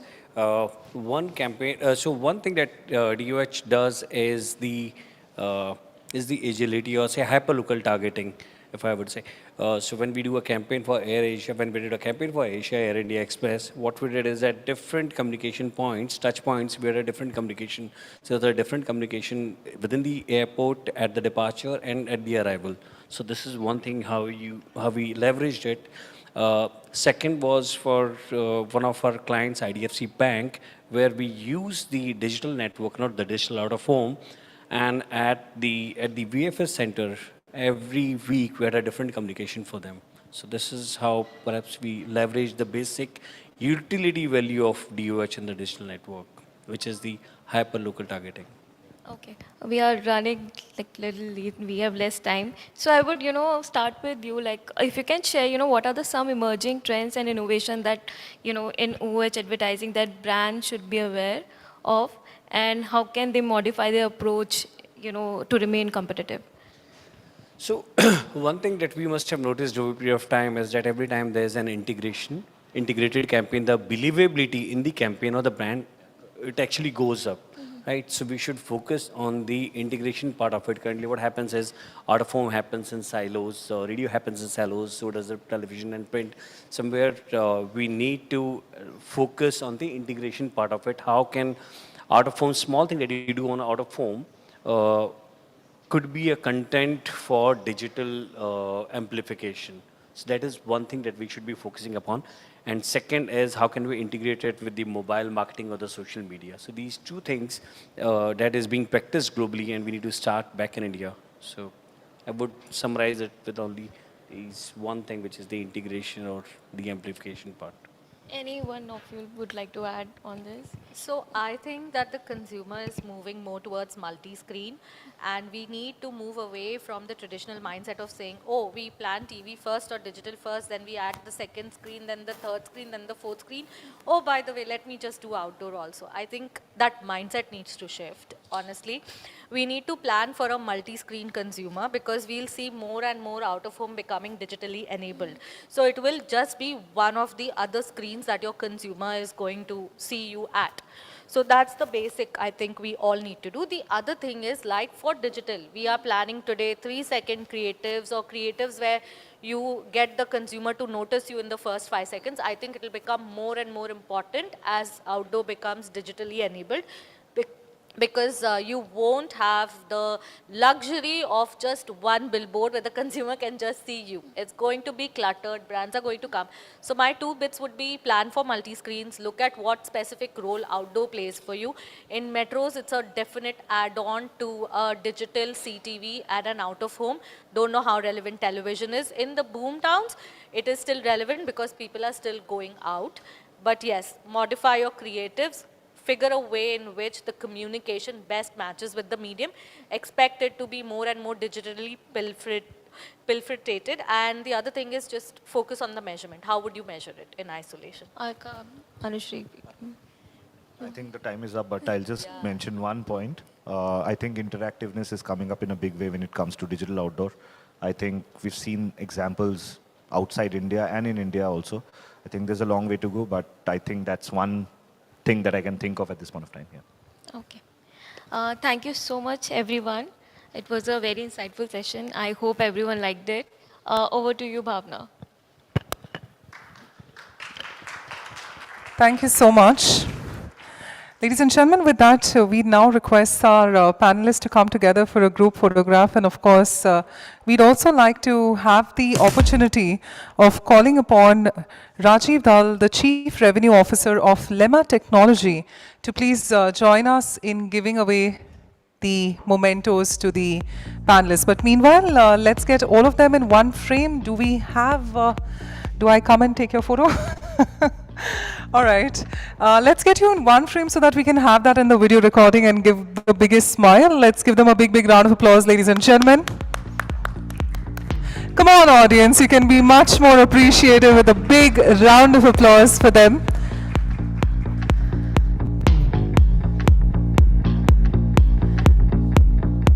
Ma'am, we're short of time. Apologies on that.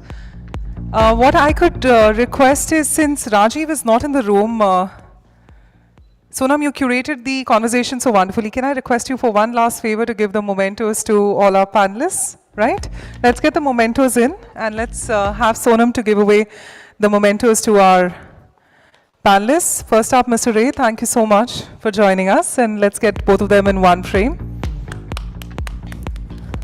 Come on, ladies and gentlemen, let's be more kind with our applause for all of them. Atika, thank you so much. Thank you for joining us. A warm round of applause for Atika Ansari. Anushri. Anushri, thank you so much for your valuable time. A warm round of applause, ladies and gentlemen, for Miss Anushri Bharadwaj. Neeraj Joshi. Neeraj, thank you. Thank you for joining us. Let's appreciate him with a kind round of applause. And of course, Vikas Noel, thank you so much for giving us your valuable time and joining us on the same. And with that, we'd like to humbly thank all our panelists. Thank you so much for joining us.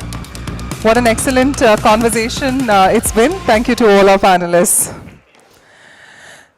So well, ladies and gentlemen, what a great round of conversation that has been, and it is now time for us to go ahead with our expert opinion.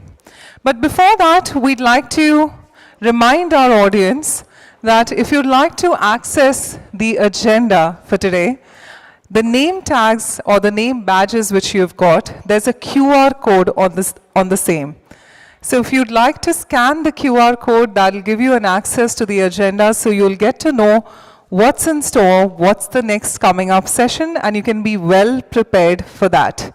Also, we'd request you to kindly continue with the tweets, continue to be active with what Exchange for Media is tweeting throughout the day for the event. We're quoting all our speakers on the same, so if you've missed out on any point, I feel that feed will allow you to know better. Well, with that being said, we're deep diving into the experts' insights on OOH in the metaverse with a focus on augmented reality. Please give a warm welcome to our industry expert. Ladies and gentlemen, Mr. Karan Bharadwaj, founder and CEO of Experiential ETC. Let's give him a warm round of applause as we welcome Mr. Bhardwaj on the stage.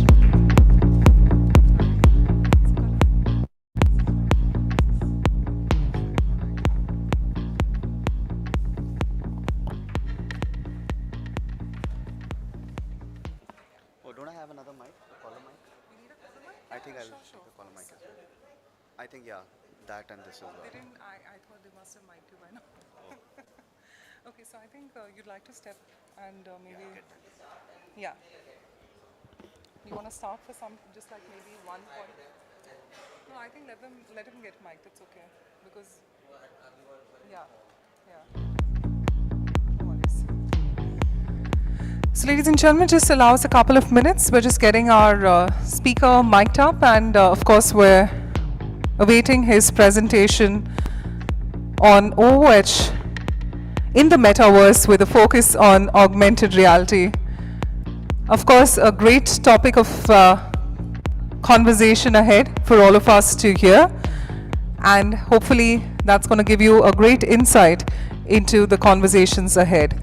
With that, we're going to be inviting Karan back to the podium, and of course feel free to be in the center as well, Karan. Thank you. I hope you guys can hear me.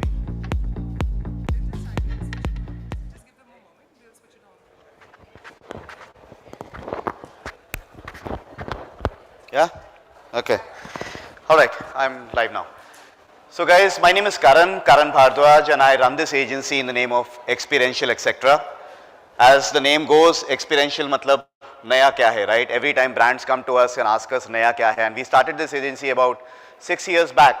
We evolved from holograms to drone projections, projection mapping, sensor-based activations, and when the lockdown hit, we moved into augmented reality, virtual reality, and now catching the latest trend, which is artificial intelligence, chat GPTs, anamorphics, VFX, CGI, so on and so forth.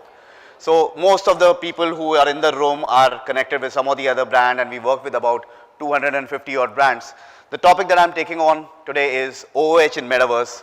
So let me first begin with some of the work that we have done in the OOH space, the digital OOH space in the last 1 year or so, because mostly it is anamorphic displays, right? So whether it's through our partner brands or through partner agencies or even direct brands across the world, we've done about 20 to 25 anamorphic displays of all size. I'll just run a small video, show you the kind of work we have done, and then talk about how OOH can actually get integrated in the metaverse and make that impact.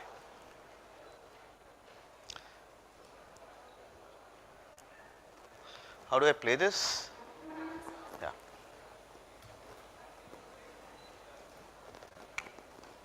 Can take a video. It's taking a video.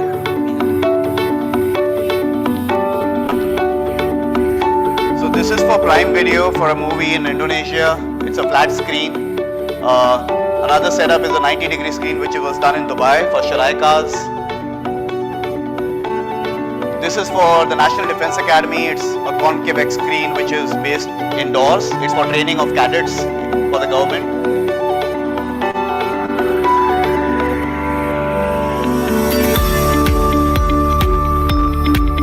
This is in Ahmedabad, which is for a product launch of Vivo.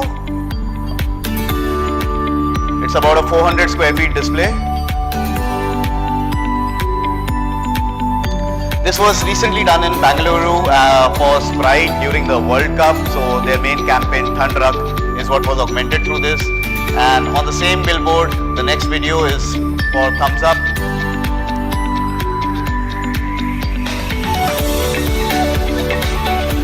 This was again during the World Cup. So this was a new can that they had launched. So right from the creation of the storyboard, understanding, creating a mood board for the brand, making sure that the dynamics of the actual LED is going with the storyboard, and the end-to-end execution, maybe at times even including the LED itself, is something that Experiential Extractor does. But now the actual possibilities of things getting integrated into the metaverse has changed the game a lot, and we have to keep up with the trend. So actually when Facebook had introduced the term Meta in 2021, in fact rebranded themselves, that is exactly when all the inquisitive minds around the world had started, searching as to what Meta is. And so much so that the trend on the internet was about searching the term metaverse every now and then. It was a top trending thing. But actually speaking, it's not the first time that the word was coined. You know, the word was coined back in 1982. There was a book called Snow Crash by Neil Stephenson, and there were these characters which were actually oppressed with the real life, and they wanted to have a virtual life, and that is how the term metaverse, which was an alternative reality, was coined. So they used to navigate in this so-called metaverse. उस समय कोई platform नहीं था, but the concept and the term had already been coined. Now, the advancements in virtual reality and augmented reality has actually taken the game to a different level altogether, because metaverse is simply providing a platform. But how do these brands leverage on the platform, and how do they increase the gratification, and how do they create the experiences, is something that VR and AR take care of. And it's not just for gamers, you know. Initially when metaverse came in, I think Roblox and Minecraft, and these were the brands, these were the games which were there, and we thought it's only for developers and gamers and so on. But actually that's not the case. It is actually for brands to leverage upon. There is a second space that has been created. They are making meaningful connections. They are walking in that space. So the opportunities are immense. So in this bustling expanse of metaverse, opportunities and experience abound. Among the myriad of all the possibilities, there is one phenomenon that really stands out, and that is out of home. Now imagine when we are in such a crowded city like Bombay and we have a restricted space. We know that the offline billboards can probably be placed at a certain height, placed at a certain distance. There is restriction from the police, the RTO, the BMC, everyone put together, right?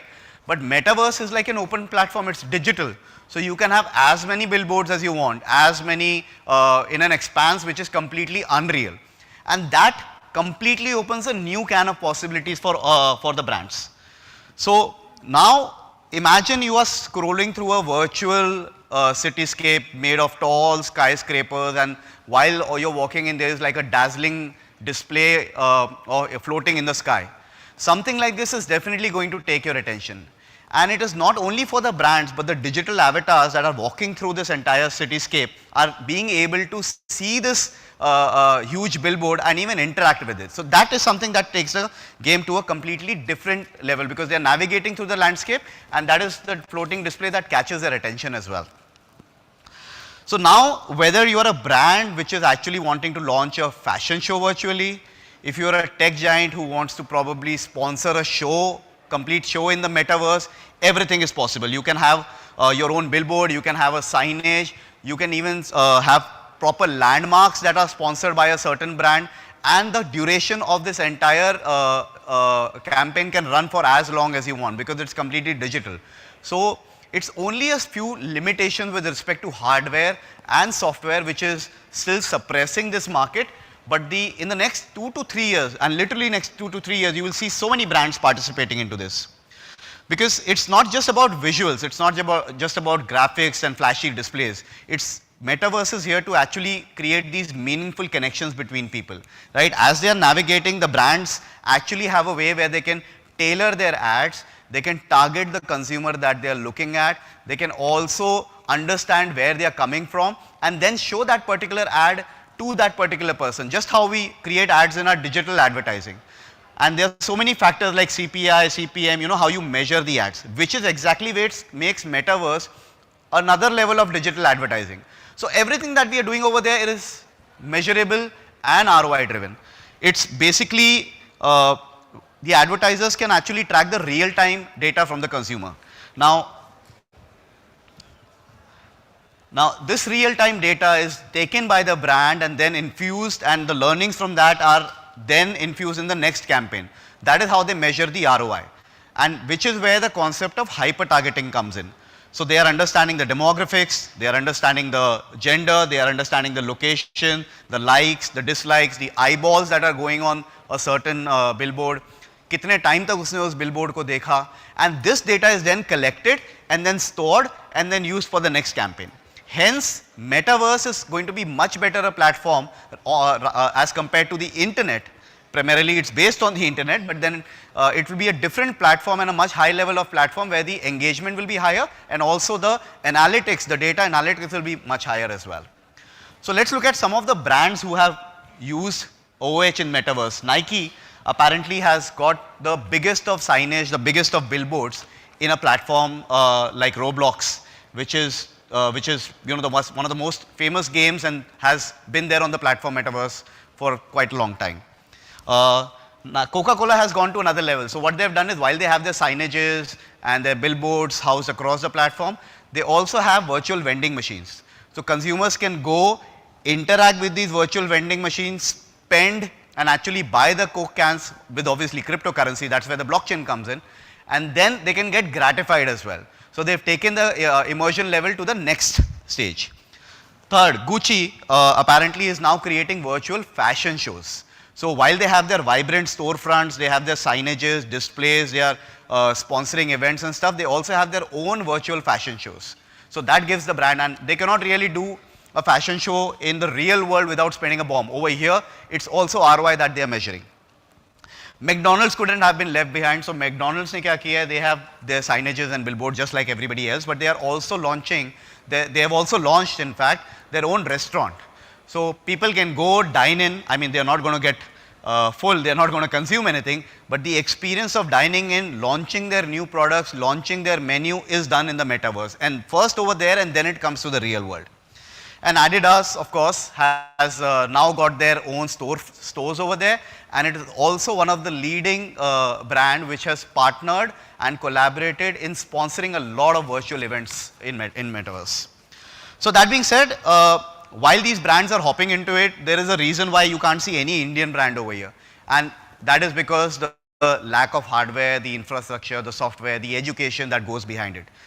And the primary reason is the cost, right? Because even there are Indian brands who have got foreign consumers and they could easily host their services over there, but the cost is something that is still misunderstood. So there are various factors. There is duration of the campaign, there is the timeline, there is the visibility, location kya hai. Everybody can purchase this virtual estate, they can also rent the virtual real estate and then host their services over there.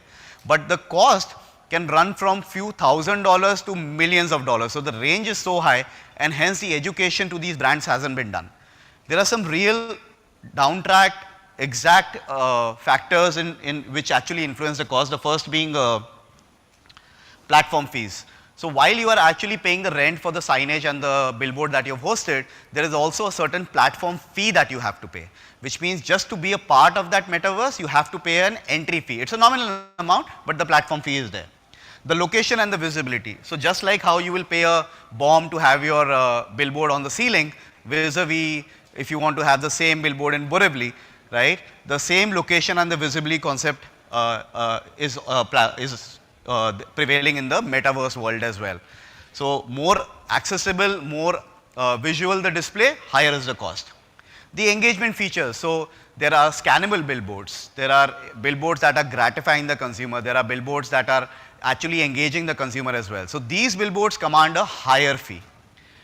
Then there is campaign duration, कि आप एक दिन के लिए कर रहे हो, एक हफ्ते के लिए कर रहे हो, एक महीने के लिए कर रहे हो, and the duration of the campaign, the servers that are integrated into it, the fees that you have to pay for the domain to be hosted over there, these are the factors that actually influence कि how much you're going to spend on a certain campaign.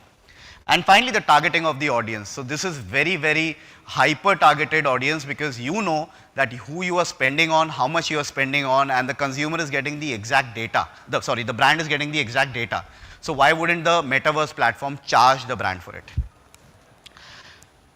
That being said, I think I will now migrate into how augmented reality is going to be a part of metaverse, because while the platform exists, us platform pe karna kya hai, that is also something which is very crucial. I'll show you some of the work that we have done in the AR space. Can you play this? Play the video.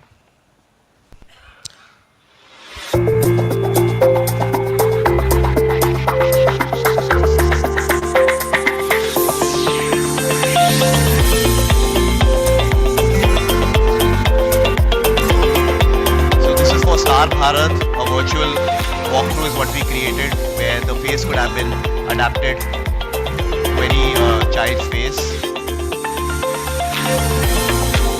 Multiple AR filters on Spark AR and Lens Studio. This was for Hyundai. This is for Uncharted, the movie, an interactive gaming filter.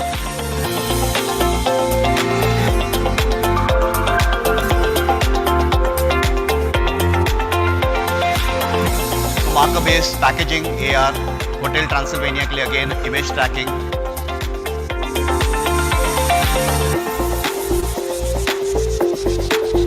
And then for shoe companies, right? When you can try on different shoes, you can try on different clothing using for example.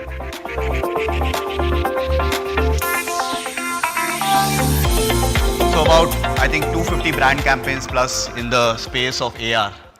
And if I would put it across this way, that metaverse actually plays a very pivotal role in ongoing digital renaissance, but it's actually AR which is going to take it to the next level, and that is how the term augmented metaverse is coined, which is the neologism that was created as a result of the potential and the growth of augmented reality in the metaverse. And the reason why it is so popular is because it is accessible through smartphones. There is no hardware. There are AR glasses, there are VR glasses and stuff, but smartphone is something that everybody has. And hence accessing that through your smartphone makes the industry from where it is to about $300 billion by 2030. And that's why it's going to grow at a great pace. So I think I'm running short of time as well. So AR in the metaverse holds incredible potential for blending the digital and the real worlds. These are few places where AR could be integrated. First is a social interaction. So imagine where you are holding a meeting with the person that you want to hold, whether it's a business meeting or a social gathering, and you can actually import your friend from the metaverse into your live physical room and then interact with him. Virtual shopping and commerce has always existed. I mean, without knowing, in the last 6-8 months, we've seen Amazon and even Zomato for that matter having their own AR menu. So these marketplaces will now start evolving. And navigation and wayfinding has also been there. There is Google AR, right? Google में आप map के through AR के through देख सकते हो. If you are lost in a concert which is happening in the metaverse, if you want to find your way around to the digital metaverse, which is huge, then you can use wayfinding experiences. There are gaming experiences. There's education and training, right from medical, healthcare to industrial revolution. Everything is being taken care of. So yeah, that is what augmented reality is all about. These are some brands which are leveraging IKEA, Sephora, L'Oreal. They have their try-ons. Snapchat has always been into filters, and now the same filters are being applied in the metaverse. Nike and Adidas, you have your storefront. You can go try on the shoes. So there is integration, there is enhancement, and our commitment is that, you know, as and how this industry grows, we are going to be a part of it. There is no way that any new technology comes in and brands don't want to leverage on it because awards sabko chahiye. And these are the awards that will help them win. Experiential, etc. hopes to be in the forefront of it. Thank you.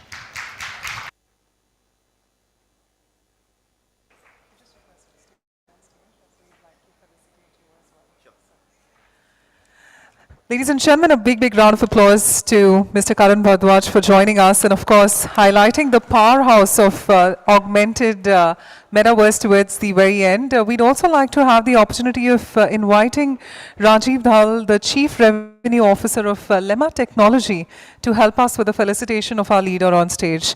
Ladies and gentlemen, a warm, warm round of applause for such a great opportunity of having the leaders on stage and an excellent presentation done by Mr. Bhardwaj in taking us to the world of AR reality. Let's give both of them a big, big round of applause, and thank you so much, Mr. Bhardwaj, for joining us. Thank you so much. So, well, with that, it is time for us to now begin with our panel discussion coming up on the other side. Before that, we'd also like to remind you once again that your name badges has a QR code. You can scan the QR code and, of course, access the agenda to your liking.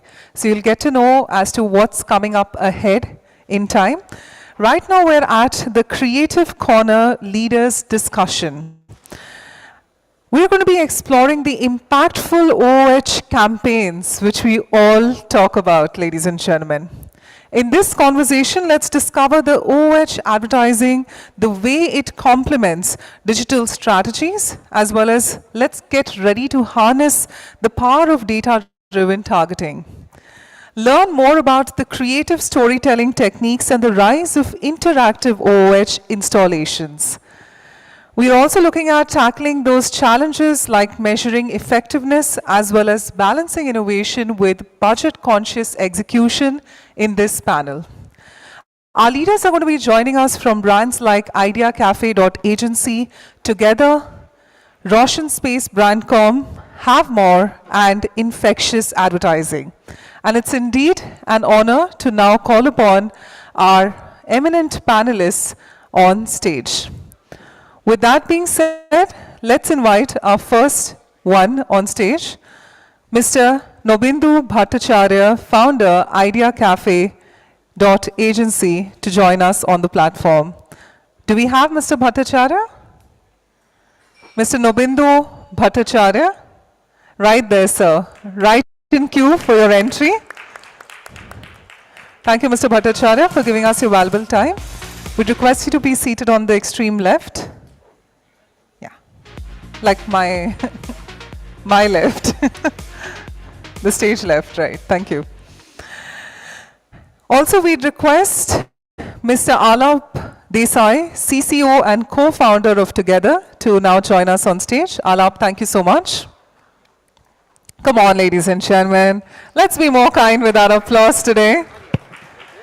Mr. Junaid Sheikh, Managing Director, Roshan Space Brandcom.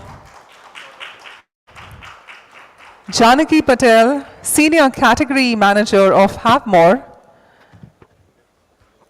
Janki, I believe, is going to be joining us shortly, but let's invite our session chair, Ramanoj Shastri, the co-founder and director at Infectious Advertising. Let's give Mr. Shastri a big, big round of applause. Thank you so much, Mr. Shastri, for joining us. You'd like to be in the center or however you'd, because you're the moderator, we want you to decide if you'd want to be in the center. Thank you so much, sir. And with that, I leave it in the able hands of Mr. Shastri. And of course, I believe Ms. Janki Patel has just joined us. Let's give her a big, big round of applause. Senior Category Manager, Have More.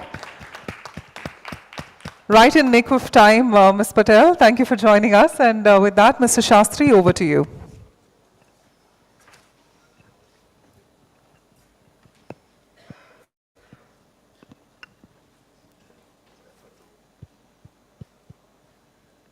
So, today's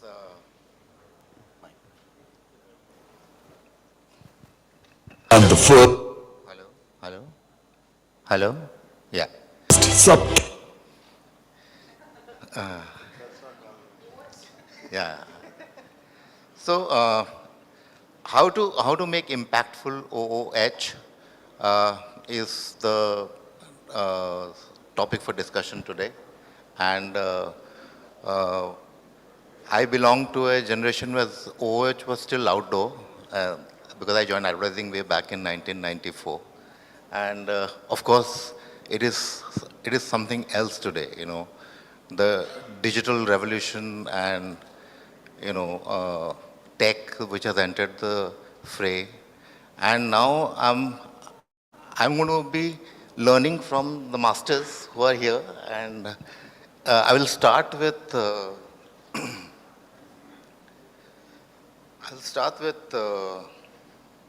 Janki. What do you consider to be an impactful OOH in your opinion? Sure, thanks. Yeah.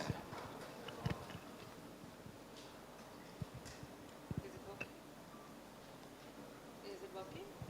No, it's not. Okay, better. Yeah, sorry. So impactful,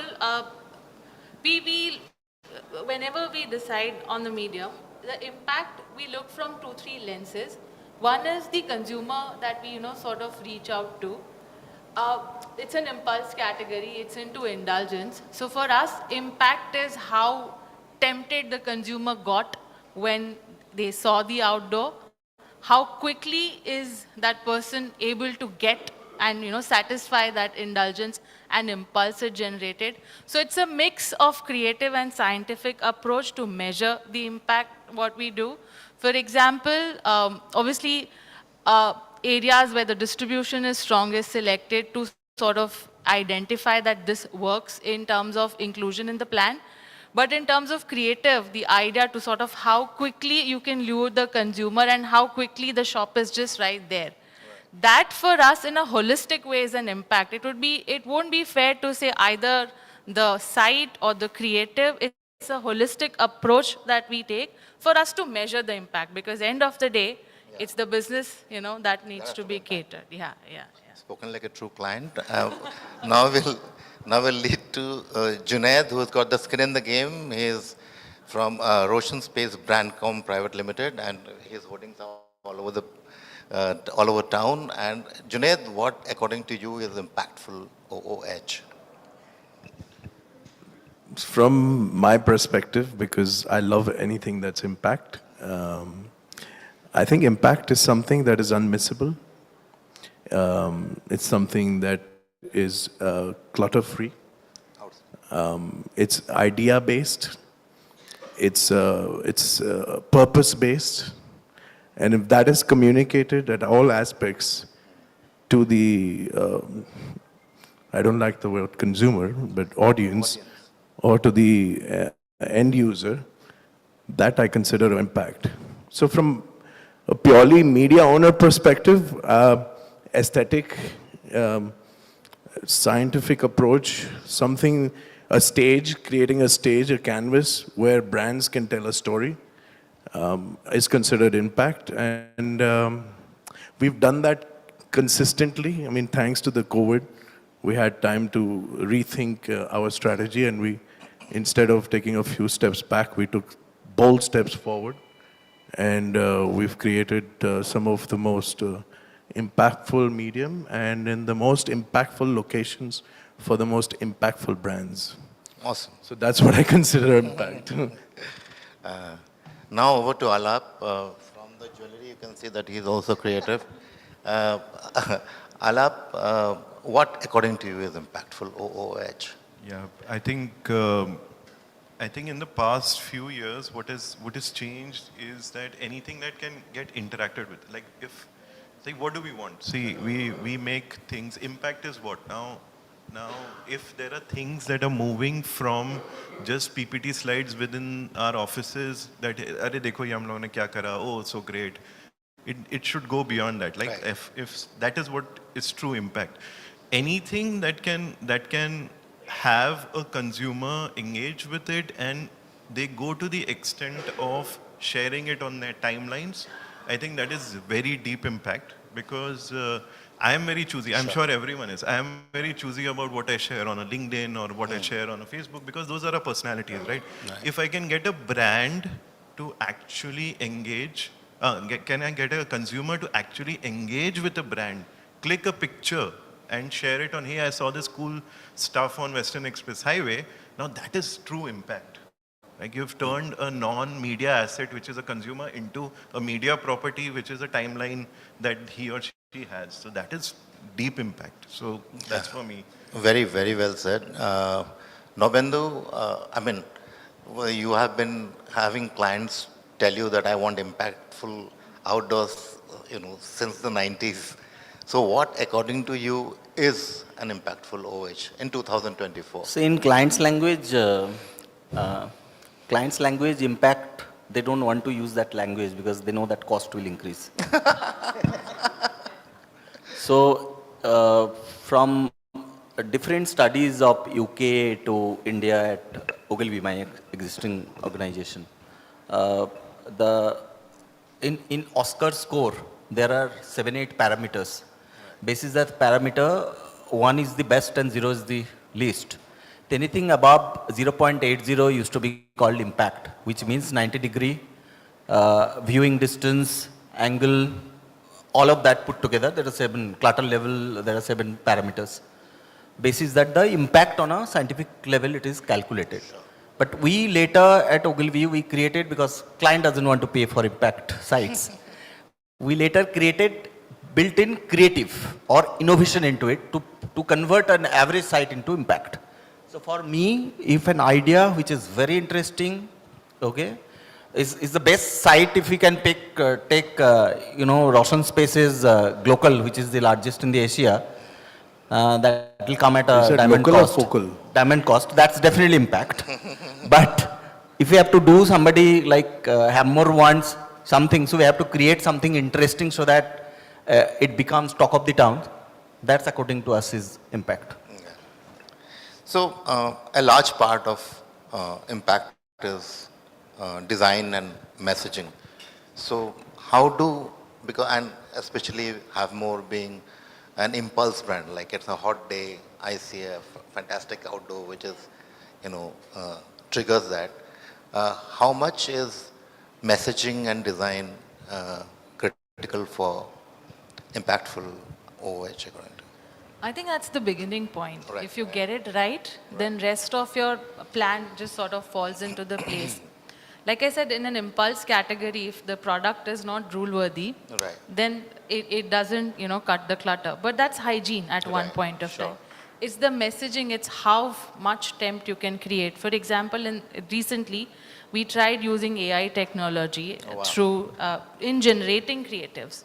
So all our creatives are AI based, but Amazing. it's just not the input that the AI has given. The art team has actually worked very hard to marry real ice creams and give an impact of the fantasy versus reality. So that came out beautifully well. In terms of, because like I said, the creative has to do the justice to the medium. And our print ad is different than a TVC and it's different than our social media. I don't think it works in an impulse category. So yeah, creative. Because usually the temptation is to have the same thing repeated everywhere, but I'm sure we were talking before this and you said it's different in your case. Yes, it's a conscious call that we've taken to keep it separate because we want to give justice to that medium and we have a certain ROI through which we want to measure the impact of each of the medium. So hence we have de-linked it. Obviously there is one connection throughout, the brand messaging, the brand language, that doesn't change. Right. But the creative is in fact different. Outstanding. Junaid, please educate us on how, like the new tech, AI, and integrating with the digital campaign and digital itself, how it's changing the OOH landscape, and how it will in the next I think 4-5 years. I think the first and foremost transition that it is going towards is more fun. It's more, you want to look at it, right? I mean, you don't want to look at just tin boards everywhere. Those days are gone. You're digitally aligned. You're digitally focused. Everything is digital. Right. Now, while you can see, once you move from analog to digital, aesthetics come in play. Right. You can't just have digital which is not true to itself. Sure. So aesthetics come in play, technology comes in play, the science comes in play, the facilitation of, like take the example of a phone. Right. Right? What's a mobile phone without its software? Yeah. You can have many phones that look like Apple, but what drives it is the facilitation behind it. Very well said. And I think DOH in India is at that stage where it's got that understanding that, okay, DOH is here, but what about the aesthetics? What about the facilitation? What about the integration with the other digital medium? And that I think is of extreme importance to all the stakeholders of the industry, understanding this, studying it, diving deep into it, having their skin in the game in it. Right. Like we've spent, our assets, we spent about 12 crores on just digital screens on one asset, one project. Oh, wow. As opposed to, say, 50 lakh rupees that I could have spent or a crore on one asset which would be static. Yeah. So the leap that we have taken is to be, in the forefront of driving DOH. We believe in the might of DOH. We've created, industry firsts, knowing that, it's going to take a while for others to understand. But we've at least facilitated it. Right. Considering the fact that the most, you can say, complementary medium to DOH is digital, is social media, is layers of measurement systems, very basic measurement. Like we are measuring all our assets, and we are very surprised to see data wherein, just recently I was talking to my data scientists, and we found that on a Sunday on Western Express Highway we had 10 million impressions. Wow. Which was double than an ordinary day. Who would have ever thought that, right? I mean, counterintuitive. Yeah. We tend to think that, Sunday nobody's out there, but there's double. So this gives us insights, and marrying that with the asset and the brand's requirement, the brand need, now we can talk a story. Like have more, like while she was talking, I wanted to understand, while your creatives are, generated by AI, which is great, it's quick, it's fast, I love it. But how do you tell a story through AI? Can AI tell a story? No, it cannot drive the brand to tell a story. And through DOH medium, you can speak a story. And that requires, expertise of, ECDs. And so I'm thinking how important and how alarming it is for ECDs to kind of get onto the, front foot and really drive this medium. Sure. Because, they are the major stakeholders. Yeah. Earlier, when it was static and, analog, it wasn't, they were not even looking at it because it was the last mile. And it's a cut paste that we've discussed, right? Over time, because it was it wasn't very interesting. Let's put it this way, right? Because it was not dynamic. But now that it's dynamic, it's engaging. It's like my screens have trillions of colors. It can show trillions of colors. So these have to be harnessed. Harnessing is important. And I think OH will be driven by DOH and Iconic. So we created these classifications. I mean, earlier, when I would go on a, client meeting and I would have to explain locations, like, you would have to say Bandra, I would have to say Worli, opposite passport office. Now we've created brands out of billboards. So my billboards are have their own name. So Bandra is called Bandra Focal. People don't call it Bandra Railway. The Prodigy, our DOH network, we have Prodigy Twin, we have Prodigy Flagpoles. And turning assets into, brands is itself saying something. Sure. So that time has come. Yeah, well, that is very well said. As a storyteller, Alap, how excited are you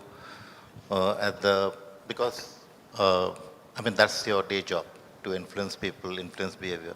How excited are you about the tech possibilities that outdoor gives you? As a storytelling, as a help to your storytelling. So I think the tech integration and the tech possibility have unlocked this potential in a two-way communication that we've never seen before. Oh, very well said. Yeah. So this two-way street is the most exciting part. Yeah. Like when I started off or outdoor before, there was no interaction. It was the billboard telling you something, and then you couldn't say something back. Right? Now with filters, with a lot of integration, like one of the best pieces of interaction that I've seen recently are, if I quote Burger King, there was to promote Burger King's flame grilled burger. What they did was they created a filter, okay, and the filter needs a trigger, and so you could point it on a McDonald's ad, and the billboard in the phone itself would go to fire, catch fire, right? Catch fire. Now, it is beautiful. Then the entire consumer base started burning down McDonald's ads. Right? Now, this is something that excites me. This is something that is fun. Can the little guy take a jab at the big guy? Because there is outdoor and everyone can see it. There are so many things that you can do because it's a two-way communication, and that's what excites me most right now. As Navindu, as somebody who has been at the static era, started his career there, and now, video anamorphic, and your company does anamorphic videos. How is the storytelling changing, in today's day and age? So I was discussing about, you know, the out of home, there is no regulation in the market today. So there are multiple billboards, as you cross, and probably thousands and thousands, and particularly few of them actually attract your attention. And obviously, one study recently done in UK, and I was just mentioning that if the brand, the creative or the brand's job is to make sure that more than 3 seconds somebody's attention is attracted, and then apparently the sales increases by 26%. Wow. So if you look at that study, it very, very clearly talks about that the way the idea or the movement should happen, especially in anamorphic content space. If you look at it, there are fantastic stuff happening in US and China and all of that. So we built our in-house capability, and we have done a couple of them. The Vedestian is one, Pyramid Reality is the other one. So actually they can do lots. Entire your Western Express Highway, which is the airport road, if there are 15 billboards, if you can map, the problem is there are problem of too many. The fragmented industry, too many people, piping is not done. And supposing those 15 billboards, if you can time it such a way that a person moved from Bandra to the airport, and it takes about, say, 15 minutes to reach airport.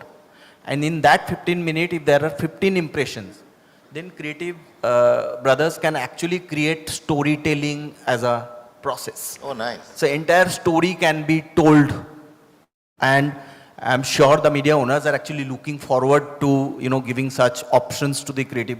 See, earlier, that's what I was discussing with him. Me, Alap, Ramanuj, we were part of Ogilvy and Mather, and the outdoor team used to sit with the Ogilvy creative team, and there were a lot of interactions and discussion used to happen. Nowadays, it is out of home is part of the media agency. The creative discussion doesn't happen. See, if I go to a brand, and if I tell you this is the idea, brand guys will not accept it. If the creative guys, Ramanuj calls and says, sir, I like it, let's do it. Immediately they say, okay, you think? Yes. So immediately it happens. So I'm just trying to say that I think the creative and the tech team should play a lot of role to make sure that now that, the mobile phone is on steroid, I will call it, the digital billboard. So there are immense possibilities, and these guys have to do the best. I can only leave it on them that they can do the best. I think there are tech guys and they can actually put it together. There is Lema who can actually do the programmatic. There are things are available. Digital Skin can do lots. We are looking forward to actually, coming out from them that all the NFCs and all the jargons we keep hearing, it should come into practice, and it happens in India, and India has the best of the mind.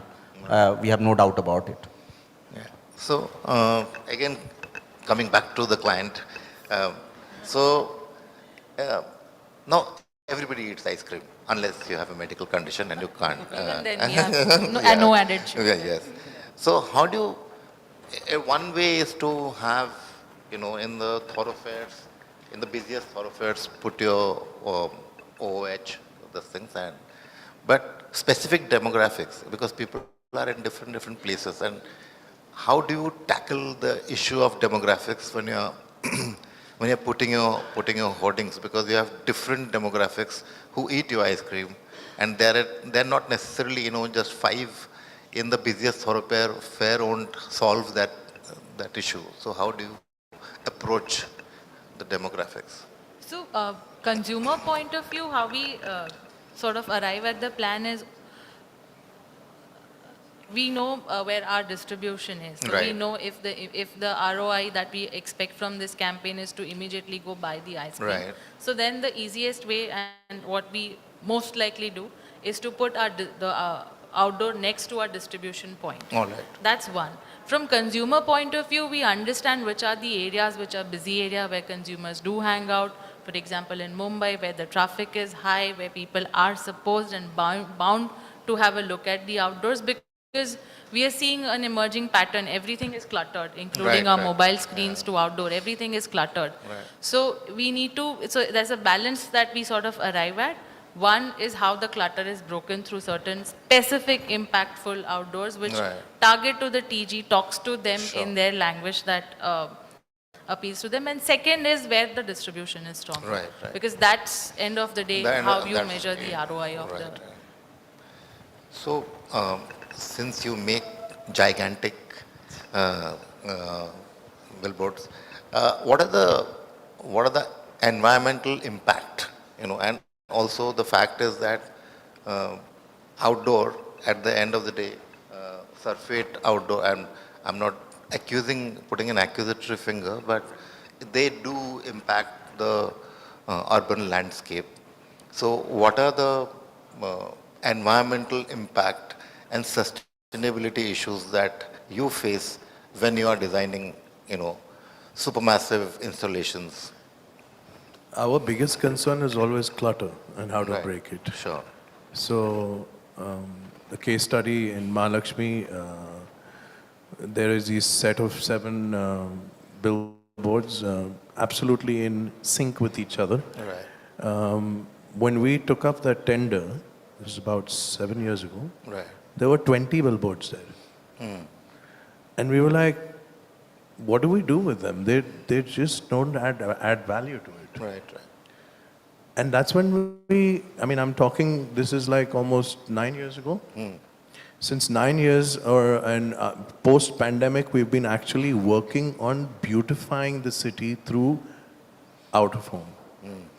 So our effort is to kind of enhance the environment, create lesser carbon footprint, because obviously the more the number, the more carbon footprint, and basically give people a sense of pride while they're, that's something to talk about. That, this, before and after, if you had to see Mahalakshmi, we call it Edge 7. Before and after is a completely different story. And absolutely, where aesthetics come into play, science comes into play. So having the right body and the right outlook towards a perception is extremely important. Design takes center stage. So design, I look at out-of-home as the most visible real estate after, buildings. So they can do a lot for people. So we have introduced, new age mediums which have never been done before. We've never been experienced, and we've faced backlash for it from our own community. And we fought it, we've won the battle. But change is extremely, people are very reluctant to change. That's another challenge that I face. So, and for example, I give you an example of, I wanted to do DOH 15 years ago. Because I traveled the world. I had friends, who were media owners. And DOH has been around for almost 40 years, right? But every time I would go to the authorities, and there's like a different levels of authorities that the document needs to pass on. And if even one simple inspector decides to write an adverse remark, the permission was cancelled. It was not going through, and it had to go through all over again. Post-pandemic, the government actually, we made a lot of representations. We gave them a case study of what happened in the pandemic with all the static billboards, because we were actually we were changing prints on the static billboards in the pandemic. That was, so we put, that's what I mean by putting our skin in the game. And in the pandemic and after the pandemic, we've created about 40,000 square feet of digital medium. Wow. Okay, and the first wave we created one big project, the second wave, and post that another 2 projects. So in India, with a population of 1.3 billion, if you break clutter and if you create aesthetics and create beautification, we consider ourselves as beautifying the environment, beautifying the city by giving you lesser clutter. And that's how, so that's our effort in trying to be more sustainable. Sure. So, Anand, DOH gives you the option of day parting, like, morning you can have a different creative on, and evening you can have a different creative on. And I'm sure there are brands which have, so I'm actually coming from the, in digital we call that A/B, testing. There could not be any A/B testing in fixed outdoor. Going going forward, you think A/B testing, like testing two creatives and working which is better, and also day part, like having a different.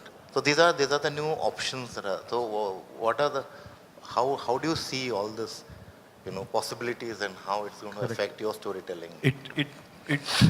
I think there's a massive impact, because in the end it's a medium, and if a medium is becoming deeper and more useful and there are more use case scenarios, I think it just makes the communication better. Sure. Say for example, if I was advertising for a mattress company, okay, in the daytime, in the first half of the day, when everyone's going to office, I would probably put an ad saying that hey, did you sleep well? Correct. Right, and in the time when they are coming back, I would put the same creative with a different line saying that hey, it's time to sleep well. Correct. Now that just adds more impact into the creative. So what a beautiful example. Yeah, and it's the same thing. It's the same space. I can use the same design. I can use the same brand ambassador. Just tweak the messaging a bit, makes it more relevant every time someone crosses it. Right. And if I have those options in something as massive, like Janelle also put it, like such clutter-breaking medium, that kind of interaction or that kind of involvement, it's beautiful. Right. And now the best part about digital is also the after effect of digital is surveillance, right? We know there is so much data and there's such sharp data saying that इस time पे यहाँ पे लोग ऐसे रहते हैं, उस time पे वैसे रहते हैं, right? If I can customize messaging according to the people that are crossing it, it's just brilliant. Right. Clients get their money's worth. We get our creative out. Jollies, Creative out. I think it's a brilliant space to be. Like we are dying to always get some people like Namindu or someone to tell us that ye naya khilona hai, play with this more. The naya khilona. I think the khilona is a beautiful way to put it, because so many options, because when it is fixed, it's not a khilona. When you can do stuff with it, it's khilona. And I really miss those days when Nabindu and I used to sit and brainstorm about. So do you think there are any chance of going back to that time? Is it possible to turn the clock back and have more interaction with creative about outdoor? Because I think it's been neglected for a bit, in my opinion. But what do you think? I think the only person actually can make it happen is, apart from these forums, is client like Janki. Okay, so most of the time what happens is out of home as a media is really neglected, because now no more television, because everything is all about ROI. That it's like instant food. I will display today, tomorrow what is my result. Okay, so no more thematic campaign, no more building brand, and those days are gone. It's basically that I need to spend, if I am spending this much of money, and all the entrepreneurs are looking at that only. So CEO's job is restricted to 1 year now instead of 5 years. So no more 5 years business plan. It's only 1 year. So it's all about delivery. But I think from a brand and marketeer's point of view, to take out the best of the work, I think, see, end of the day, creative mind also stops somewhere. It stops that whether it is possible or not. Yes. The area they know that it is possible, they come out with ideas, right? So typically television, or digital as a social media, they immediately come out with idea. The moment they know that there is a difficulty, okay, then they stay away. Eventually, it used to be cut paste stop press creative into the outdoor earlier days, and it's much better now. But I think there is a solid chance from all stakeholders' point of view. Even if you are spending 10% of the money on out of home, the 10% should work the best, and it can only work the best when creative mind can be put together with the specialist. Because television has a different creative people. If you look at social media has a digital different creative people. I think out of home doesn't have any, and somewhere I think you need to push the creative guys, saying take the best out of it and do you really understand? Because given an opportunity, they'll say keep the logos this small and do the scenery more. Okay, I have seen those days. And you as a client, you interfere saying, no. And without asking only, we used to increase 25%. So I'm just trying to say that it's a fantastic opportunity and they're the greatest of the mind, I can tell you. But we need to, make sure that we come together. I come from media owner side, so probably media owner, Junaid's area, probably I understand a little bit because I started my career from Cellwell and then in agency. So, but really with the creative team, we need to interact much more, the specialist agencies, to take out the best of the work. So, we have, I think it was a very fruitful and for me at least a very enriching discussion where, I learned a lot and, of different stakeholders and how they're looking at impactful OH from different points of view. And I want to thank Janki, Junaid, Alap, Ravinder for your wonderful participation and the knowledge that you shared. And here is to utopia where all of us can work together again and to harness the possibilities that, modern OH can bring for us. Thank you all. Thank you. Thank you so much. So, check. Before our panelists and all of us part ways and we head towards lunch, we received a lot of question requests for this panel from the audience. So we're just going to be entertaining two of them quickly. So starting with the lady in the front, if we can give her the mic. We're going to be requesting you to ask your question in a concise manner and to whom you'd like. Hi everyone, I'm Neha Kapoor and my question is to Janki. When we see that the competitor is not only the other ice cream industries, but the competitor is like the consciousness now the people are moving towards, that having no sugar and looking forward to the jaggery. So how your way of communication differs to the audience as compared to any other ice cream or your industry? I think end of the day, one wants to indulge, one wants ice cream, right? So, yes, there are people who are getting conscious in terms of vegan, jaggery and other, but that has got, that's a part of the assortment options that we sort of deliver, and that TG right now would be at a minuscule stage. That would be a 1% of the entire audience, because trust me, when I joined ice cream industry, I was so, conscious about the fact that what are we doing for these people, but 99% of the people still want to relish and enjoy their indulgent ice cream for the indulgence that it delivers. But then you have separate segment of way of communication for these as well. Yes, because it's an outdoor, out-of-home panel, I didn't discuss it. But there are other ways. E-commerce is one way, social media is another way. There are segregation through WhatsApp targeting, which is the other way through which we reach out to them. And there are certain products and certain experiences that we also deliver to them. But again, it depends on the TG and the level at which, we want to interact with that in terms of the focus of the business. I hope I was able to. Yes, you were. Thank you so much. Thank you. And in fact, Dr. Anurag Batra in his opening remarks did say about the collaboration between OOH and the experiential industry coming together and bringing up the innovative ways forward. Do we have any further questions in the audience? We'd like to give you an opportunity. If not, let's give, okay, we have it, all right in nick of time, our gentleman, and he's going to be asking the final question. Well, good afternoon, everyone on the panel and the audience sitting over here. My name is Abhishek, and I'm from Bright Outdoor Media Limited.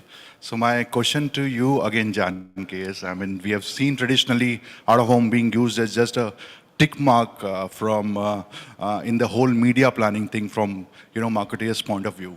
But do you think that with the introduction of DOH, which is more agile, dynamic, impactful, and bright for sure, do you see that that shift is happening and DOH or the OH as a medium taking the center stage in the whole media planning thing? Yeah. Yeah, thank you. I think outdoor, yes, there was a time when it was a tick in the box. But I think just look at the culture and even this panel, what it discusses, we are getting more and more scientific. We are talking about data, analysis. That's where, we are moving forward. And as long as any medium that delivers, there are different ways of measuring that ROI. And obviously, it will differ from medium to medium. But as long as there's method to this madness, there's science put behind, a marketer is always, eager to engage with the consumer. And the importance, like if I have to cite example of Have More, 3 years back, it was a 5% from the overall summer budget to this year, it has crossed up to 15% of overall summer budget. Because it sort of, Thank you. But it has to deliver. So I was very excited with what Junaid said, because end of the day, you want your ROI, you want the consumer to engage, you want the consumer's interest. And so as long as, and I think for summers, if you are outside in the heat, I was telling the panel, and if I see, a very indulgent ice cream right on the top, I'll be more than tempted to go buy. So for ice cream, it'll never be ignored, I don't think so. And it won't be a tick in the mark also. It's a very important medium for us. Thank you. Sure. Thank you so much. We do have one more request for another audience. But meanwhile, I'd just like to say, Janki, if we receive any further questions for you, we'd have to say that let's have a conversation over a Have More ice cream. So let's go to the final one, please. Thank you. So, hi everyone. My name is Shiraz Rustamji, and I have a question for Junaid. So while we see a lot of digital outdoor happening right now, but and since you are with Roshan Space and your job is, like making digital out-of-home plans and the traditional out-of-home media campaigns as well, I want to understand from you that do you have any numbers in terms of what your clients prefer? Do they still prefer the traditional static outdoor media, or they are, they want to move on and go to the digital space? This is my question. So, impulsively, they like traditional. I mean, they don't like, but impulsively, it's easier to buy because they know it, they understand it. You don't have to think, when the pressure is on. But the evolved, you can say the evolved audience for us prefers digital because it's challenging, it's measured. There's something new to it, there's measurement to it, there's sophistication to it. So I think there's a clear shift, and that shift is happening from a brand level to, and once the brands move and evolve, the stakeholders and agencies and the middlemen will have to evolve. So I would say it's like, if you see the digital pie, last year was around 5%, this year is 14%, and that itself tells a story. But there's a difference between digital and a billboard with a screen, okay? When you say digital, it's an entire transformation at the back end as well, and how and what and why, So the why is very important to understand, why we're going digital, how to use it, and what is it. So, like I said earlier, it comes with a big responsibility of standing, standing apart from the crowd, the clutter, so that it already has done half of the job of being noticed. And then the creative comes in, the technology, the science. It's an integration of everything. So that has to change, and that will change, because survival is the key, right? So if any stakeholders want to survive, they would have to move to the new age consumption of content and media. Thank you. I hope I've answered your question. Thank you. Thank you. Thank you so much. So ladies and gentlemen, we'd like to conclude with the question answers. I know there are a couple of them still who would like to engage. We'd urge the participants towards the end of our conversation, once our panelists are down, to have a quick conversation if our speakers are okay with that, so that we can conclude this panel and have a timely re-beginning post-lunch. With that being said, ladies and gentlemen, a big, big round of applause for our eminent panelists. And a humble thank you to Mr. Shastri for curating it so wonderfully. Your experience truly helped us with the curation of this content. May I request all our panelists to now please step forward. And if I could have Kanchan Srivastava, Senior Assistant Editor of Exchange for Media Group, to help us with the felicitation. Come on, ladies and gentlemen, a big, big round of applause for Ms. Kanchan. And Kanchan, we'd first start with Mr. Nobindu Bhattacharya. So if you'd like to step forward, we'll get you in a nice frame together with Kanchan. Thank you, Mr. Bhattacharya, for joining us. Mr. Alap Desai, thank you, Alap, for joining us and giving us your expertise at the forum today. A big round of applause for Mr. Alap Desai. Of course, our curator, our moderator of this conversation, Mr. Ramanuj Shastri. Thank you, sir, for joining us. Let's give him a warm, warm round of applause.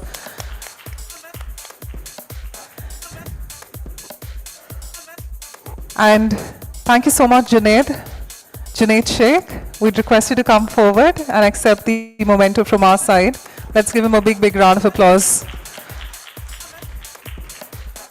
And of course, Janaki Patel, thank you so much for joining us today on the forum. Let's give Ms. Patel a warm round of applause as we felicitate her. And with that, if I may request all our panelists to come together for a group photograph along with Kanchan. Maybe request you to please step forward, just aesthetics of the stage to be maintained, to get you all in a nice frame. And I think we can give them a warm, warm round of applause, ladies and gentlemen. An excellent conversation.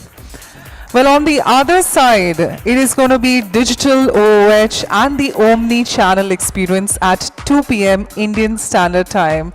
If you want to look at the agenda, scan your QR codes. And with that, thank you to our eminent panelists for joining us. And please now do have a great lunch. And we'll requesting you to join us back at 2 p.m. Indian Standard Time. Thank you so much.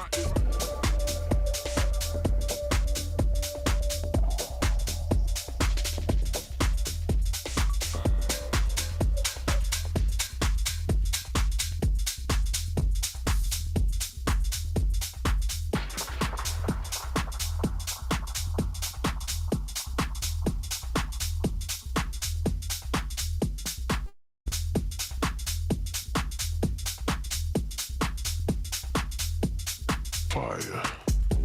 Yeah.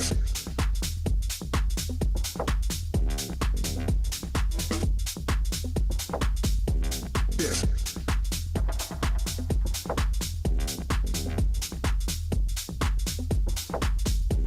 Yeah.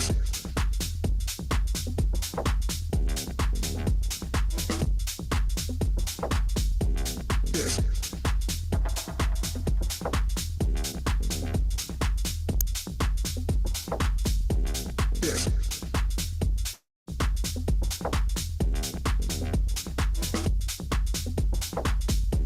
Yeah. Yeah.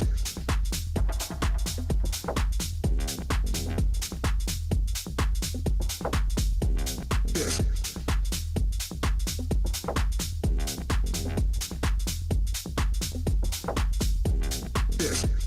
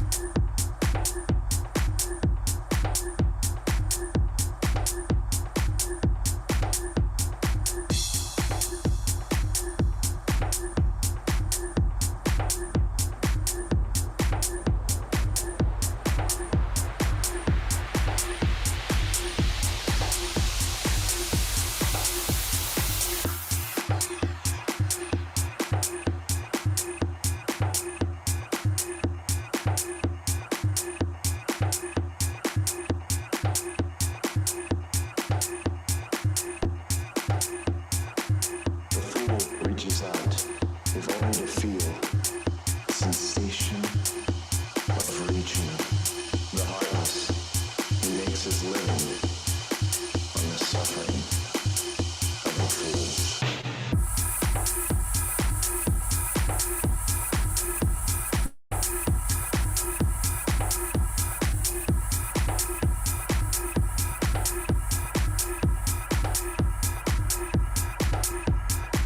The fool reaches out, if only to feel the sensation of reaching. The heartless makes his living on the suffering of the fool.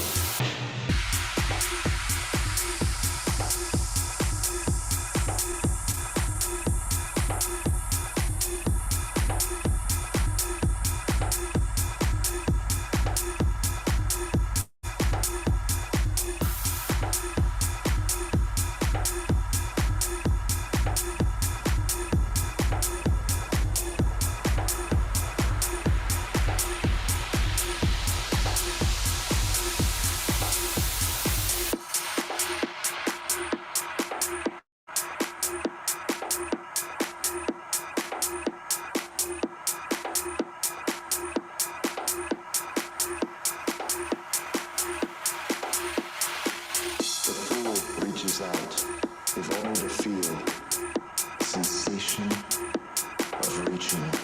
The heartless makes his living on the suffering of the fool.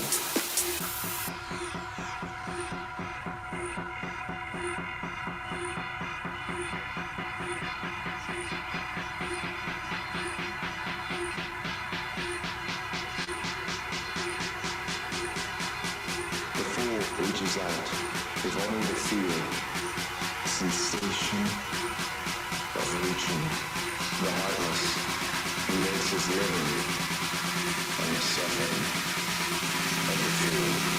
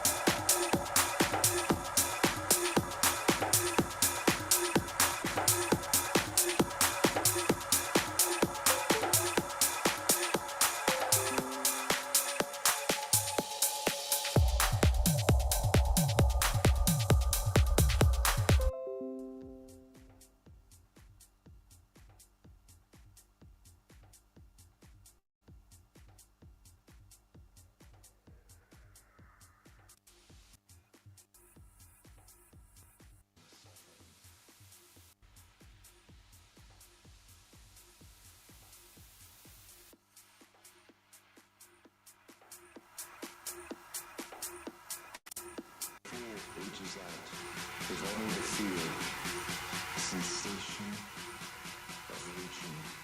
The heartless makes his living on the suffering of the fool.